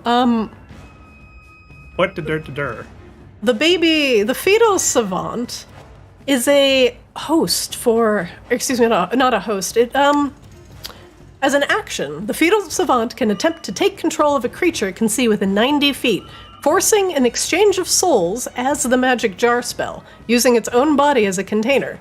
The fetal savant can use this power at will, but it can exchange souls only with one other creature at a time. The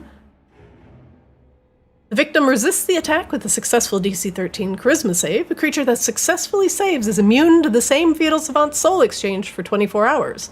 If you fail, the savant takes control of the target's body and ferociously attacks nearby opponents. Wow. That seems bad. Yeah. Seems real fucking bad. Okay. That's Azrael's turn. I don't have a bonus action. Oh, I guess I could shadow step actually.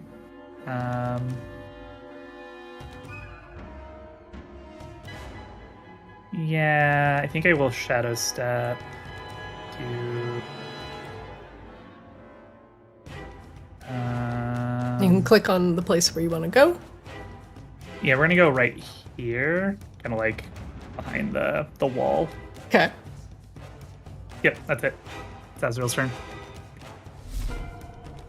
Next up, the Witch Queen, who is blazing with light from the Azrael's, what is it, Radiant? What did you blast her with? Whatever it's called. I don't know.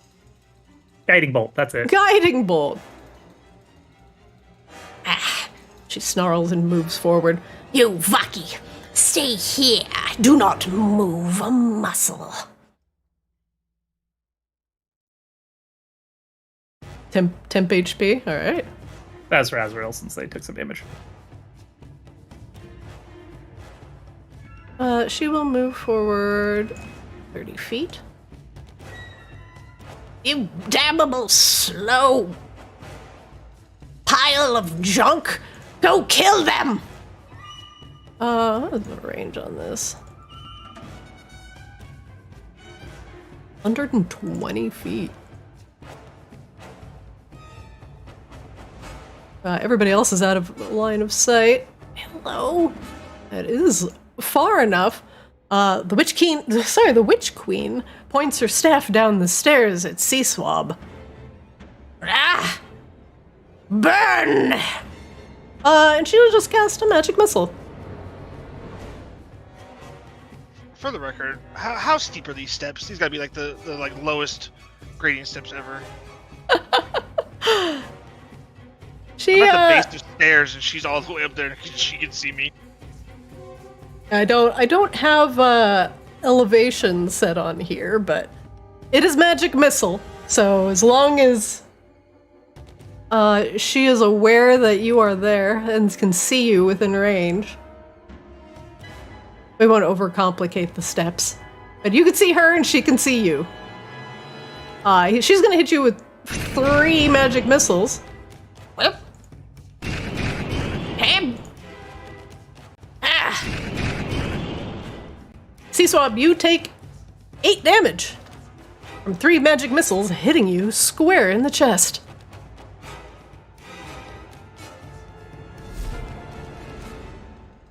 C-Swab, you're up. Begone, foul beast! This is no place for a bird.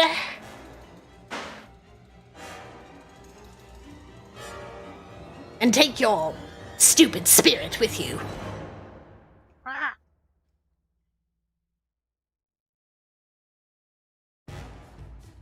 Alrighty, I'm going to.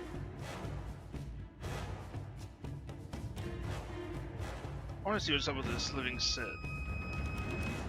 Yeah? Oh shit, what would you like to know? So I know he's immune to fire.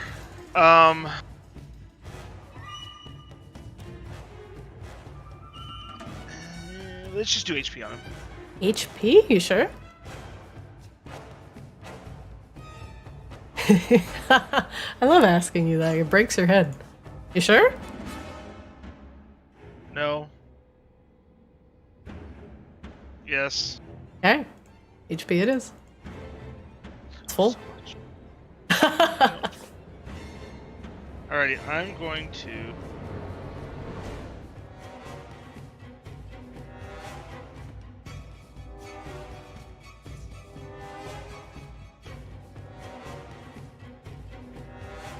You got some of your spell slots back from your sorcery points. Yeah, I know. I'm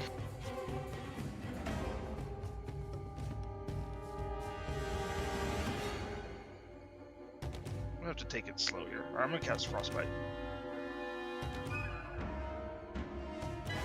Okay. Creature's gonna make a DC 14 con save. It will fail.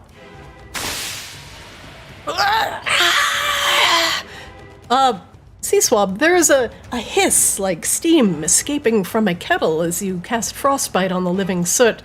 And not only do you see small bits of the soot fall immediately out of the sky onto the ground and begin to shatter, you notice that this actually is significantly affecting the living soot. What? If the living soot takes cold damage, it partially freezes. Its speed is reduced by 10 feet, and its AC is reduced by 2 until the end of its next turn. Oh. Oh. Hit it with cold! It doesn't like the cold! Alright, that'll end C-Swab's turn. Right? It becomes brittle, and you can hear it cracking as it tries to move. Chompy? Oh, Chompy. Chompy's gonna get right in his face. And then Chompy's going. Tried and true.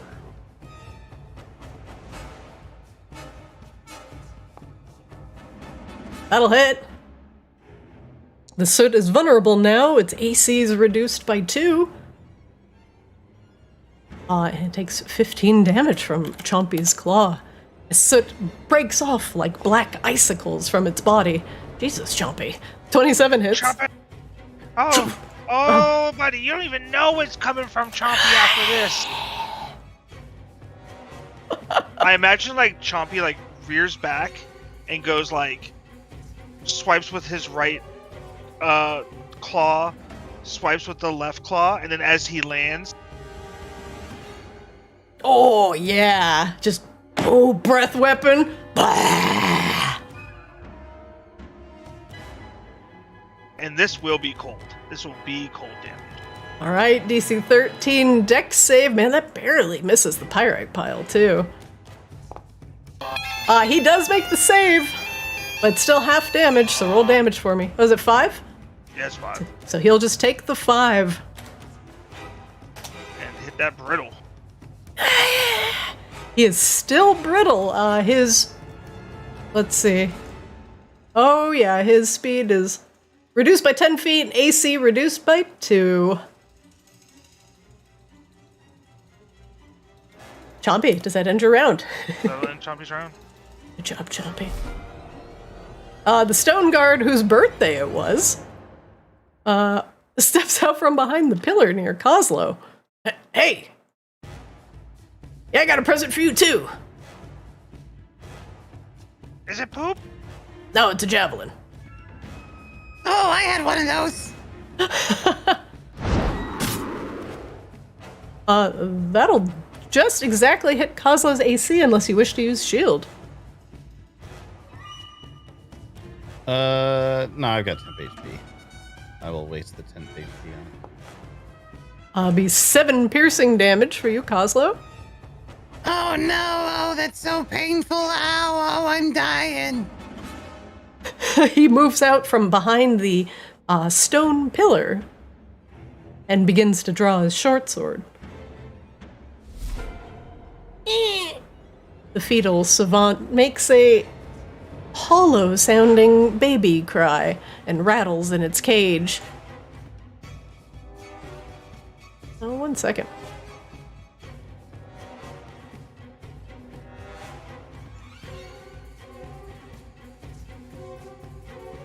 Ezra, you're behind the wall, right?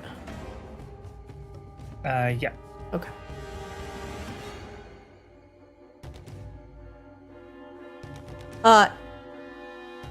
The strange small blue thing in the cage begins to babble incoherently. And it giggles madly and childishly, rattling the bars of its cage.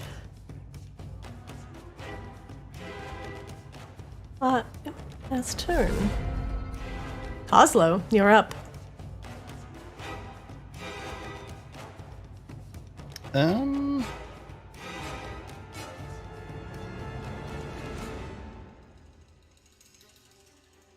Does it? Does it look like I could move the pyrite or the living soot? No, it is too large to be moved. Okay. Sad. They heavy, boys.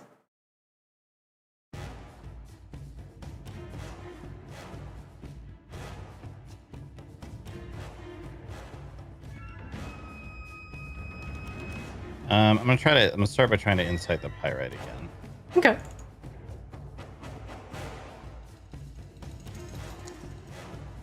Okay. Wow, a giant golem made of pure gold? Who could afford this? Who can afford this? In this economy? Alright. Kozlo will step over this way, and we will just keep toying with this dude. For now. Since Chompy has frozen the living soot already.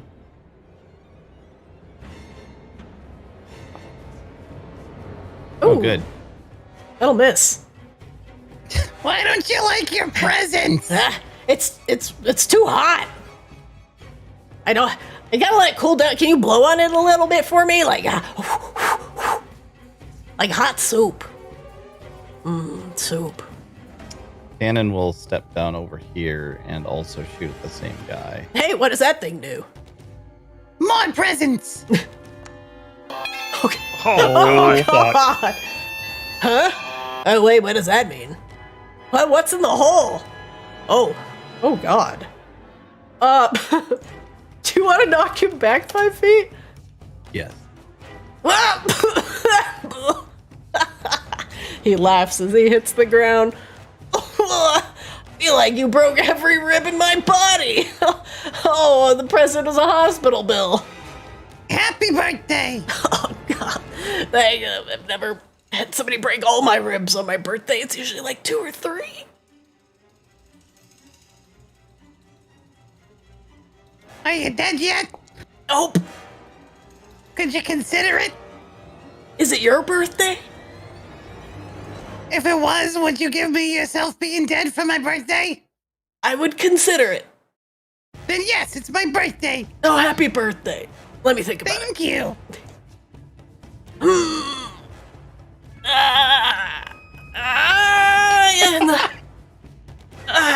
I can't just die. It's okay, unfortunate. We can arrange it. You get 11 temp HP, Kozlo. You're just in range. Alright. Kazo, does that end your round? Yes. All right, you small thing, get to crying. He rattles the cage that the fetal savant is in, causing it to wail loudly. To start your screams of madness and entwine your fresh soul with another. Out of my way, you pile of rocks. Let's see if the rumors are true. Do the reborn have souls? Or are you merely undead abominations, like the Vaki say? He rattles the cage again. Come out. Come out wherever you are. The child says one is thick with souls, and it is hungry.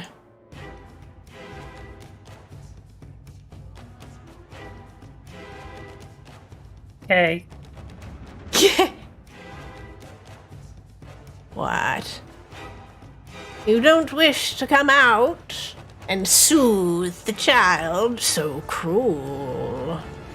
It's not my turn. I don't think you understand how initiative order works. Very well, we will start with obliterating your spiritual guardian. Chompy's gonna make a DC 12 dex save. Succeed. And Chompy will take 11 points of radiant damage as a beam of brilliantly bright light laced with cracks of black smoke hit Chompy solidly in the side. Chompy's resistant to radiant. Oh, he is? He is. Hell yeah, Chompy. Hell yeah, Chompy. I will heal him for 6.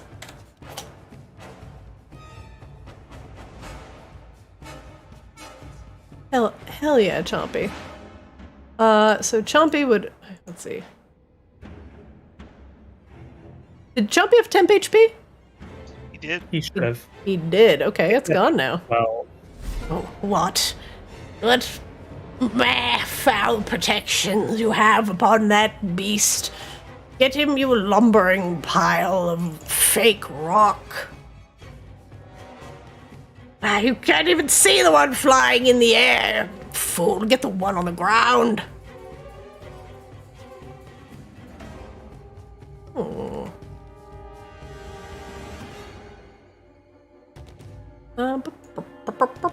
Lumbers forward.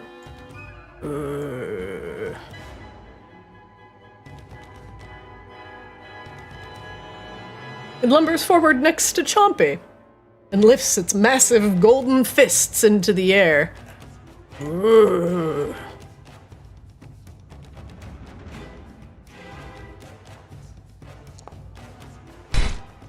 That'll hit. It'll do it twice. The second one will miss. That slams down upon Chompy for 18 points of damage. I don't have my dragon!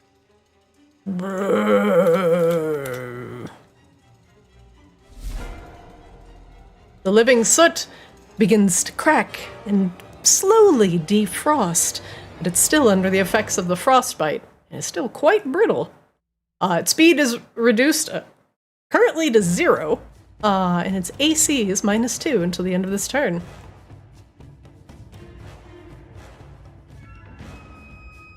It begins to spin in place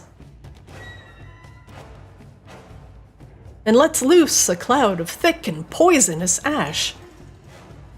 As it spins, flecks of frozen soot go flying everywhere, engulfing poor Chompy in silent, filthy shards of sharpened soot.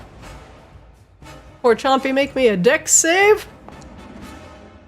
Chompy fails by 1.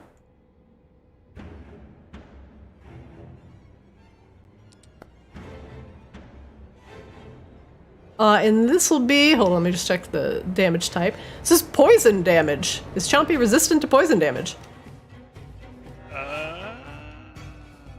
Yes. Chompy will take 10 damage, as it is engulfed in a soot storm, and it is currently shrouded terrain, so it is difficult to see through. Does that also affect the fetal savant that's just in its range? Oh shit! 1 second. The iron cage that holds the savant provides cover for the creature. It has 19 AC, 10 HP, is considered an equipped object when born by a Darrow and cannot be attacked directly. The cage protects the occupant from up to 20 spell levels of spells 4th level or lower, but no protection outside of the cage. Spells of level 5 or higher take full normal effect against the cage and its occupant. Once the cage protects against 20 or more spell levels, it is rendered non-magical. If it's exposed to direct sunlight for an hour, the cage is destroyed.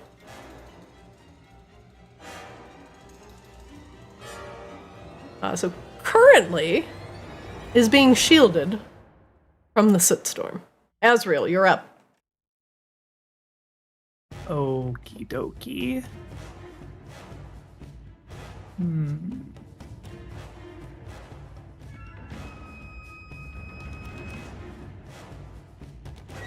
Trying to decide if knowing that makes me change my mind at all.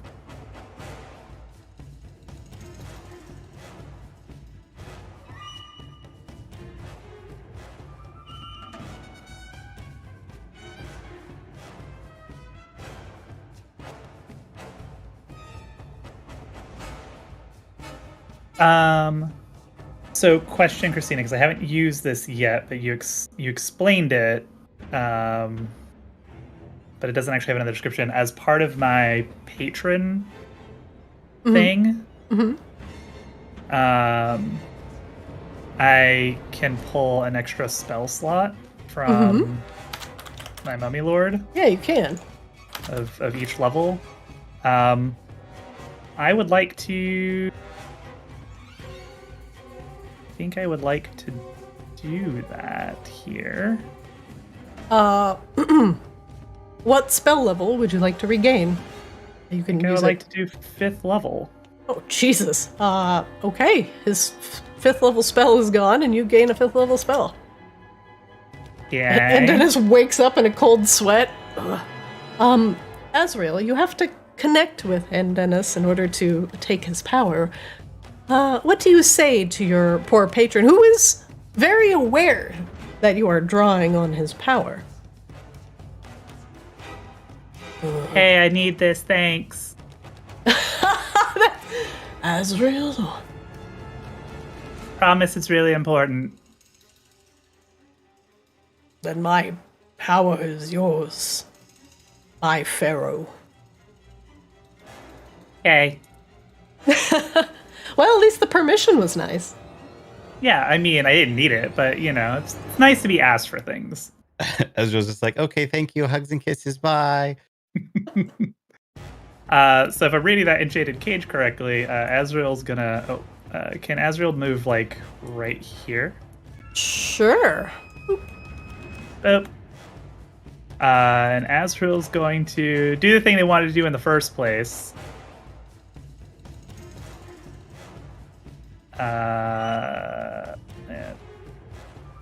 Insect plague! Oh god! Oh god, no! Spells of 5th level or higher take full normal effect against the cage and its occupant. I hate this. Yep. Where do you drop it? I think I hate the Witch Queen more. So we're gonna put it right here. Oh.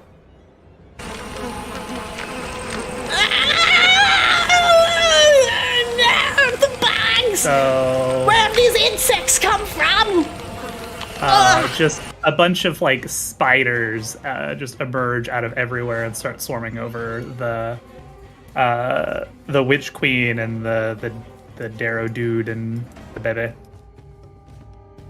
Oh my god. So right. DC 17 con and 23 piercing damage. Alright, 1 second. The Witch Queen will fail by 1. The Savant will also fail, and the fetal savant, because it is affected by this, it's 5th level or higher, also fails. So they all take 23 piercing damage. Where have these accursed bugs come from? 1 second, I'm having trouble targeting things. Or right-clicking things, or just clicking on things in general. Hello? 1 second. I can't click on anything? Nani? Hello? Good morning? I need to refresh, hold on. It's hard to DM when you can't open character sheets. The bugs came with bugs. They did. The insects begin to take over the Witch Queen, crawling all over her feet and legs. The savant is not spared either, as vicious-looking firebugs emerge from under the bridge and begin to crawl up his legs as well.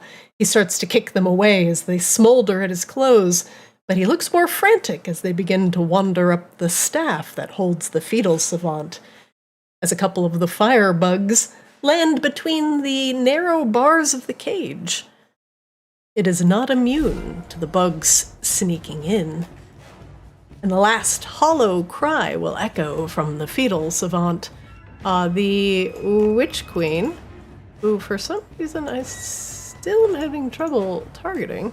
I'm gonna get rid of your reticle, because for some reason I can't. Here, I can, yeah, there you go. I got it. There, that actually fixed it. Oh, that's weird. Yeah. We'll take 23 damage. The savant will take 23 damage. What? No! No! The cursed child! Is currently eaten alive by a ball of smoldering firebugs. No! No, you've ruined everything. Actually, I kind of did. I kind of wanted to take its soul, but that's okay. Maybe later. God. Azrael, does that end your round?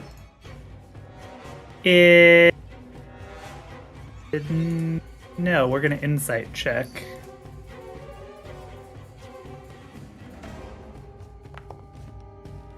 What would you like to know? Let's get the Witch Queen's hit points. All right, 1 moment. There you go. All right. That will end Azrael's turn. Next up, the Witch Queen. No! The cursed child! How can we return to Magma without the souls? Shut up! Kill them!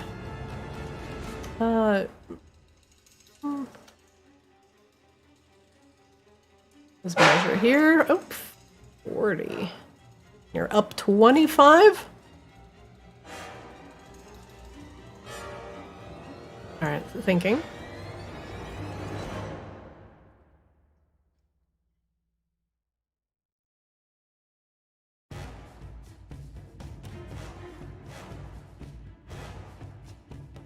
Just a reminder, the bugs are still up. Oh, they're still there. Does she take damage at Yeah, the start they of her are. turn? She will take it at the end of her if she ends her turn in it or enters it at the start of her turn. Or sorry, when she enters it or if she ends her turn there. Okay. Okay. Just wanna, in case she wants to do something different. Maybe she doesn't. You know, maybe she really wants revenge. That's fine too. Also, did she say souls? Souls like plural? That sounds tasty. She did.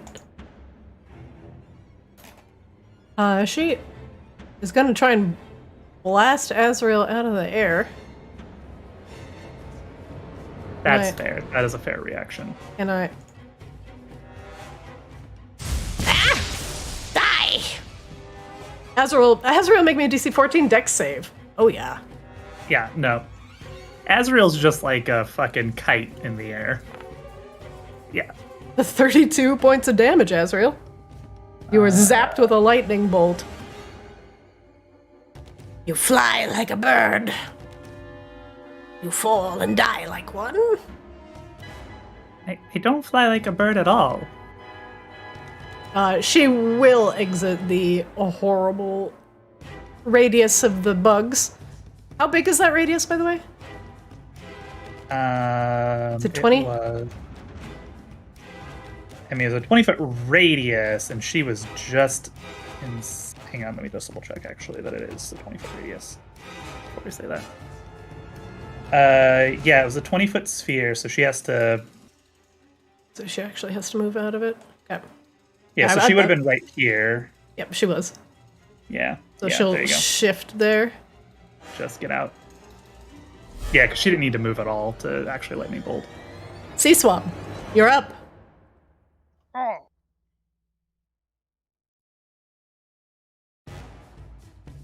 I would like to insight the pyrite pile first. What would you like to know? I would like to know if he specifically is resistant to thunder damage. He is not, but he is resistant to attacks that are not magical. That doesn't help me at all. Sea Swab, make me a DC 15 wisdom save. As you look at the pyrite pile, you suddenly feel excited and drawn to it.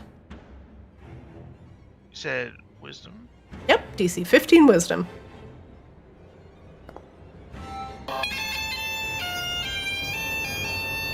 Sea Swab, you succeed and are immune to the gold fever. Whenever a humanoid or Zord that can see the pyrite pile starts its turn within 60 feet of it, you must succeed on a DC 15 wisdom save or be charmed until the end of your next turn.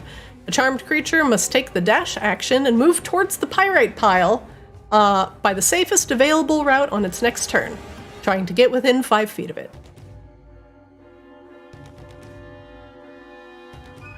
Sea Swab, you shake it off. You aren't a dragon. But Grabella might be more drawn to it than you, though it is delightfully shiny.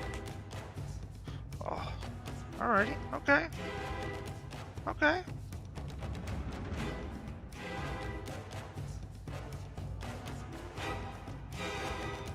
Cast Shatter.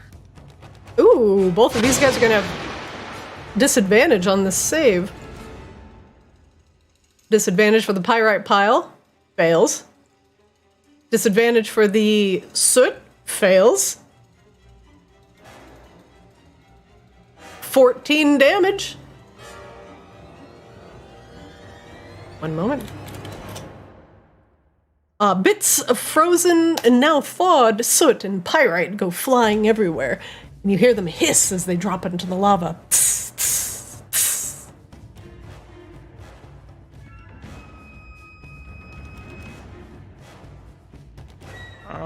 That will end Sea Swab's turn. Chompy. The area here is lightly obscured now, and it will fade next round. These creatures both have +1 AC.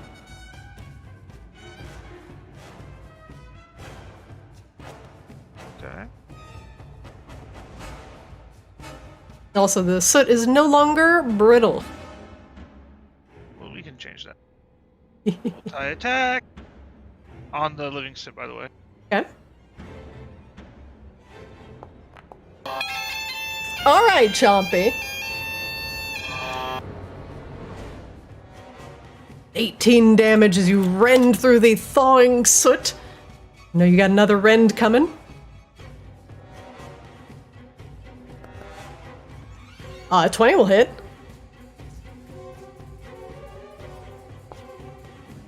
For 14 damage. The soot begins to lose cohesion and large holes start appearing in the blackened web that make up its body. Oh, you're gonna hit both of those big guys. Okay. DC 13 dex save from the pyrite pile. Okay, he's apparently the fastest fool's gold on Earth. They both succeed. So they'll take half. They'll take half. And that will be cold as well. So that's still going to take.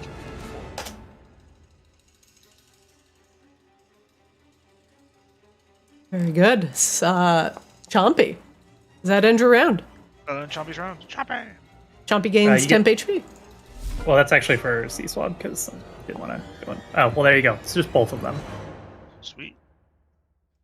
When the Stone Guard, whose apparently its birthday, is still going to celebrate with Kozlo. He is short 1 javelin. He will double move. Oh, sorry, I skipped Kozlo's turn. Kozlo, you're up. All Hey, right. where's that present?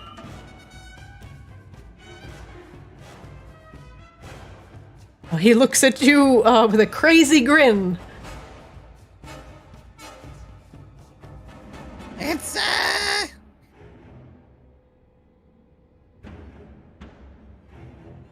right here. Wow. 25 will hit. Oh, I think I caught it this time. Oh, I forgot to add another 1d8 to that.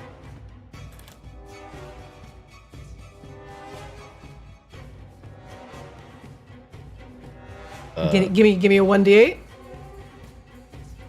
There it goes. Sorry, I was being weird. All good. 22 damage firebolt. As your crazy friend approaches, and you hit him with a firebolt, he quickly goes down, clutching his chest. The present was heartburn all along. Happy birthday!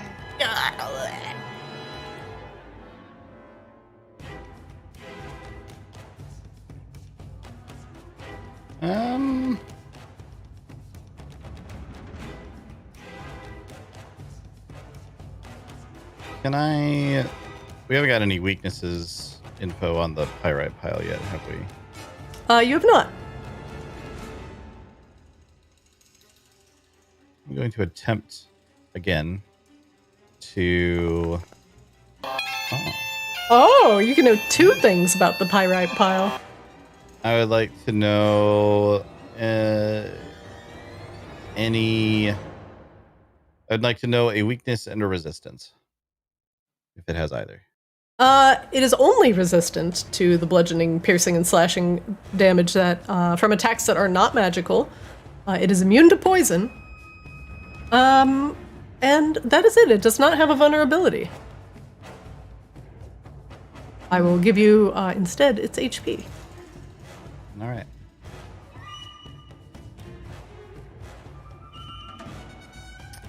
Did Chompy breathe on the soot last Did. round? He did. So its movement speed is currently 0. It has -2 AC. Brittly. All right. Then Ballista will, I guess, just shoot the living soot. All right, let's see it. That'll hit. Thankfully, because it's brittle. Ooh, 14 force damage. The echoing blast of the force ballista just comes shortly before a massive gout of soot begins to form on the bridge. Kozlo, sorry, I'm just looking, got a little distracted. Does that end your round? Yes. Very good. The Darrow Savant, shaking his now empty cage, free of the firebugs, looks inside, and there's nothing left. No, no, no! You fools. Why did you have to go and do something like that? I mean, it was a creepy, tiny baby thing. Kind of answers itself. Its souls were delicious, if it means anything. The Savant will step forward and take aim at Azrael. Its blood will fuel my magics and knock you out of the sky. Azrael, make me a DC 12 dex save. Nope. Ooh. Another beam of chromatic energy launches from the savant's staff, now rattling with an empty cage, and again hits Azrael square in the chest. Ow. You annoying bug. Filthy reborn. Go back to the ether. Bugs are still up. Oh, the bugs are still up. He is definitely out of the bugs.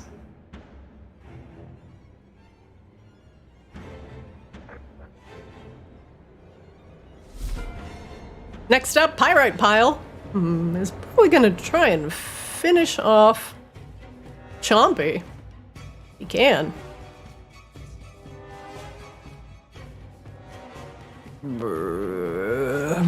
Holding his giant golden fists aloft, he slams them down. Once. Twice upon Chompy.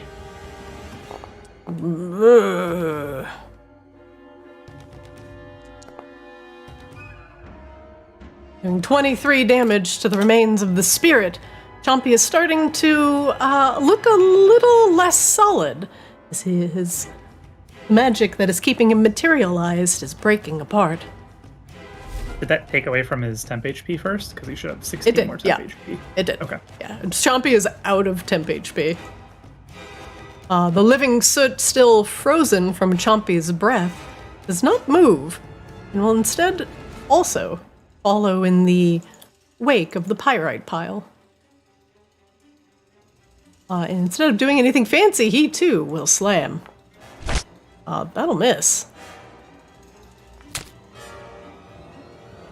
The second brittle fist hitting Chompy.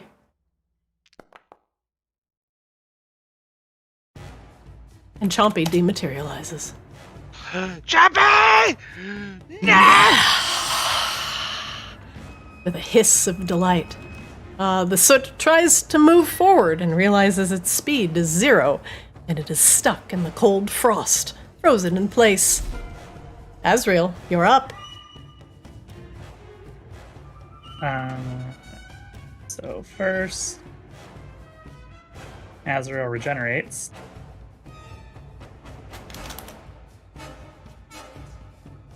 I'm gonna insight check the Darrow here. Okay. What would you like to know? Can I get his hit points, please? Sure.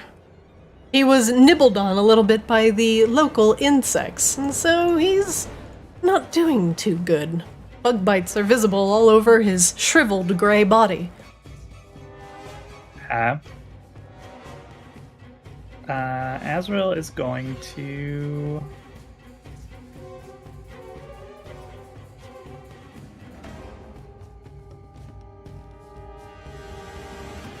So what is the range on that? 30 feet. Okay. Azrael is going to toll the dead on him. Okay. The Pyrite Pile? No, the Darrow. Oh, the Darrow. Okay, you'll make a DC 17 Wisdom save. He will fail. Makes 10 necrotic. Actually, sorry. No, that's fine. That's... The Darrow claps his hands over his ears. Do not force me to listen to your song of death. And then Azrael's gonna energy drain him. No! Yes. Oh god, that'll hit! I think we're getting another free-willed shadow under Azrael's control. Sequencing! A shadow appears. It enters the initiative order. Welcome to our new burgeoning enterprise. The shadow, understanding, nods at its new master as the soul has emerged from the body in a vaporous black cloud. Master. That will be Azrael's turn. The Witch Queen looks a little bit stunned in the back. What? No! She looks back at the Vaki.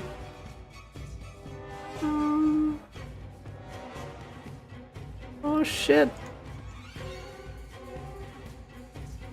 Can't really see Kozlo and Sea-Swab. Azrael's 25 feet up. How long is the lightning bolt? What's the range on this? Oh, she can easily reach me with a lightning bolt. She definitely can. It's like 120 feet. Think she will do it again. Spend another spell slot and another lightning bolt. Frantic now that she has lost her savant friend.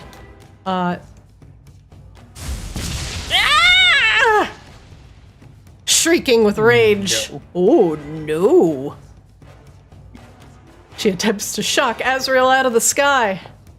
31 points of lightning damage.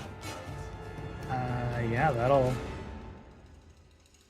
get rid of temp HP and 16. There we go. She's screeching with rage. Sea-Swab, you're up. Bugs go down. Bugs go down? Okay. Yep. I think. Yeah, I think so. What are we... Gonna... Oh, and the shrouded terrain is also gone. DC 14 con save on the living soot. He will succeed.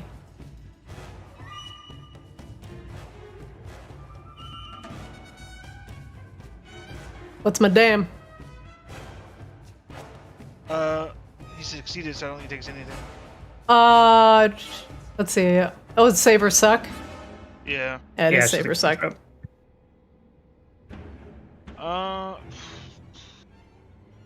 It's gonna be it for old Sea-Swab. And Chompy is down. Chompy's down. For now, we will finish up the combat with the Pyrite Pile and the Living Soot and the last remaining Witch Queen next week. I know we went a little bit over session, apologies. But we have a little bit of ways to go to get through the Witch Queen, who is intent on taking down Azrael with bolts of lightning, while the two elementals hold up the forefront. Hopefully we'll have Grabella back next week so I can torment her with a giant elemental made of fool's gold. And we will finish up rescuing these poor Vaki next Monday. That sound good, everybody? Yay. Yep. All right, everybody. Thanks for joining me for another session of D&D. I really appreciate it. Kozlo, are you going to be streaming after this? Yeah.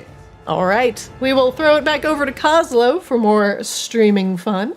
But for now, Azrael, Sea-Swab, and Kozlo, I will see you guys next week. Hey, ciao. All right. Have a good night, everybody. Bye. See ya. All right, chat. Hey.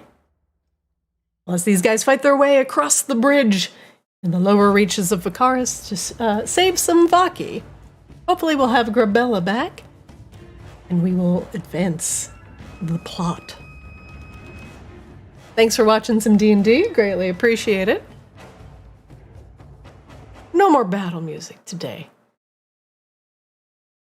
The battle is over. Thanks for watching. We're going to send it back over to Kozlo as he continues his streamathon that will never end over on Devo's channel. For now, just want to shout out everybody in chat for coming over with the raid. Thank you guys. Hope you enjoyed. A little tongue-tied tonight. Apologies. Don't know why. Brain is apparently somewhere else. Thanks for hanging out in chat. You can catch our VODs in full over on Arctis DD on YouTube. And you can watch our shorts and our funny moments over on Twitter and TikTok at Play Arctis. We also share art from our characters as well, so keep an eye on the channel. And I'm Zarina. Hey. Thanks for watching. Go give Devo your support during his streamathon. And I will see you all on Sunday for some Arctis Ascended. Thanks for watching. I'll see you next time.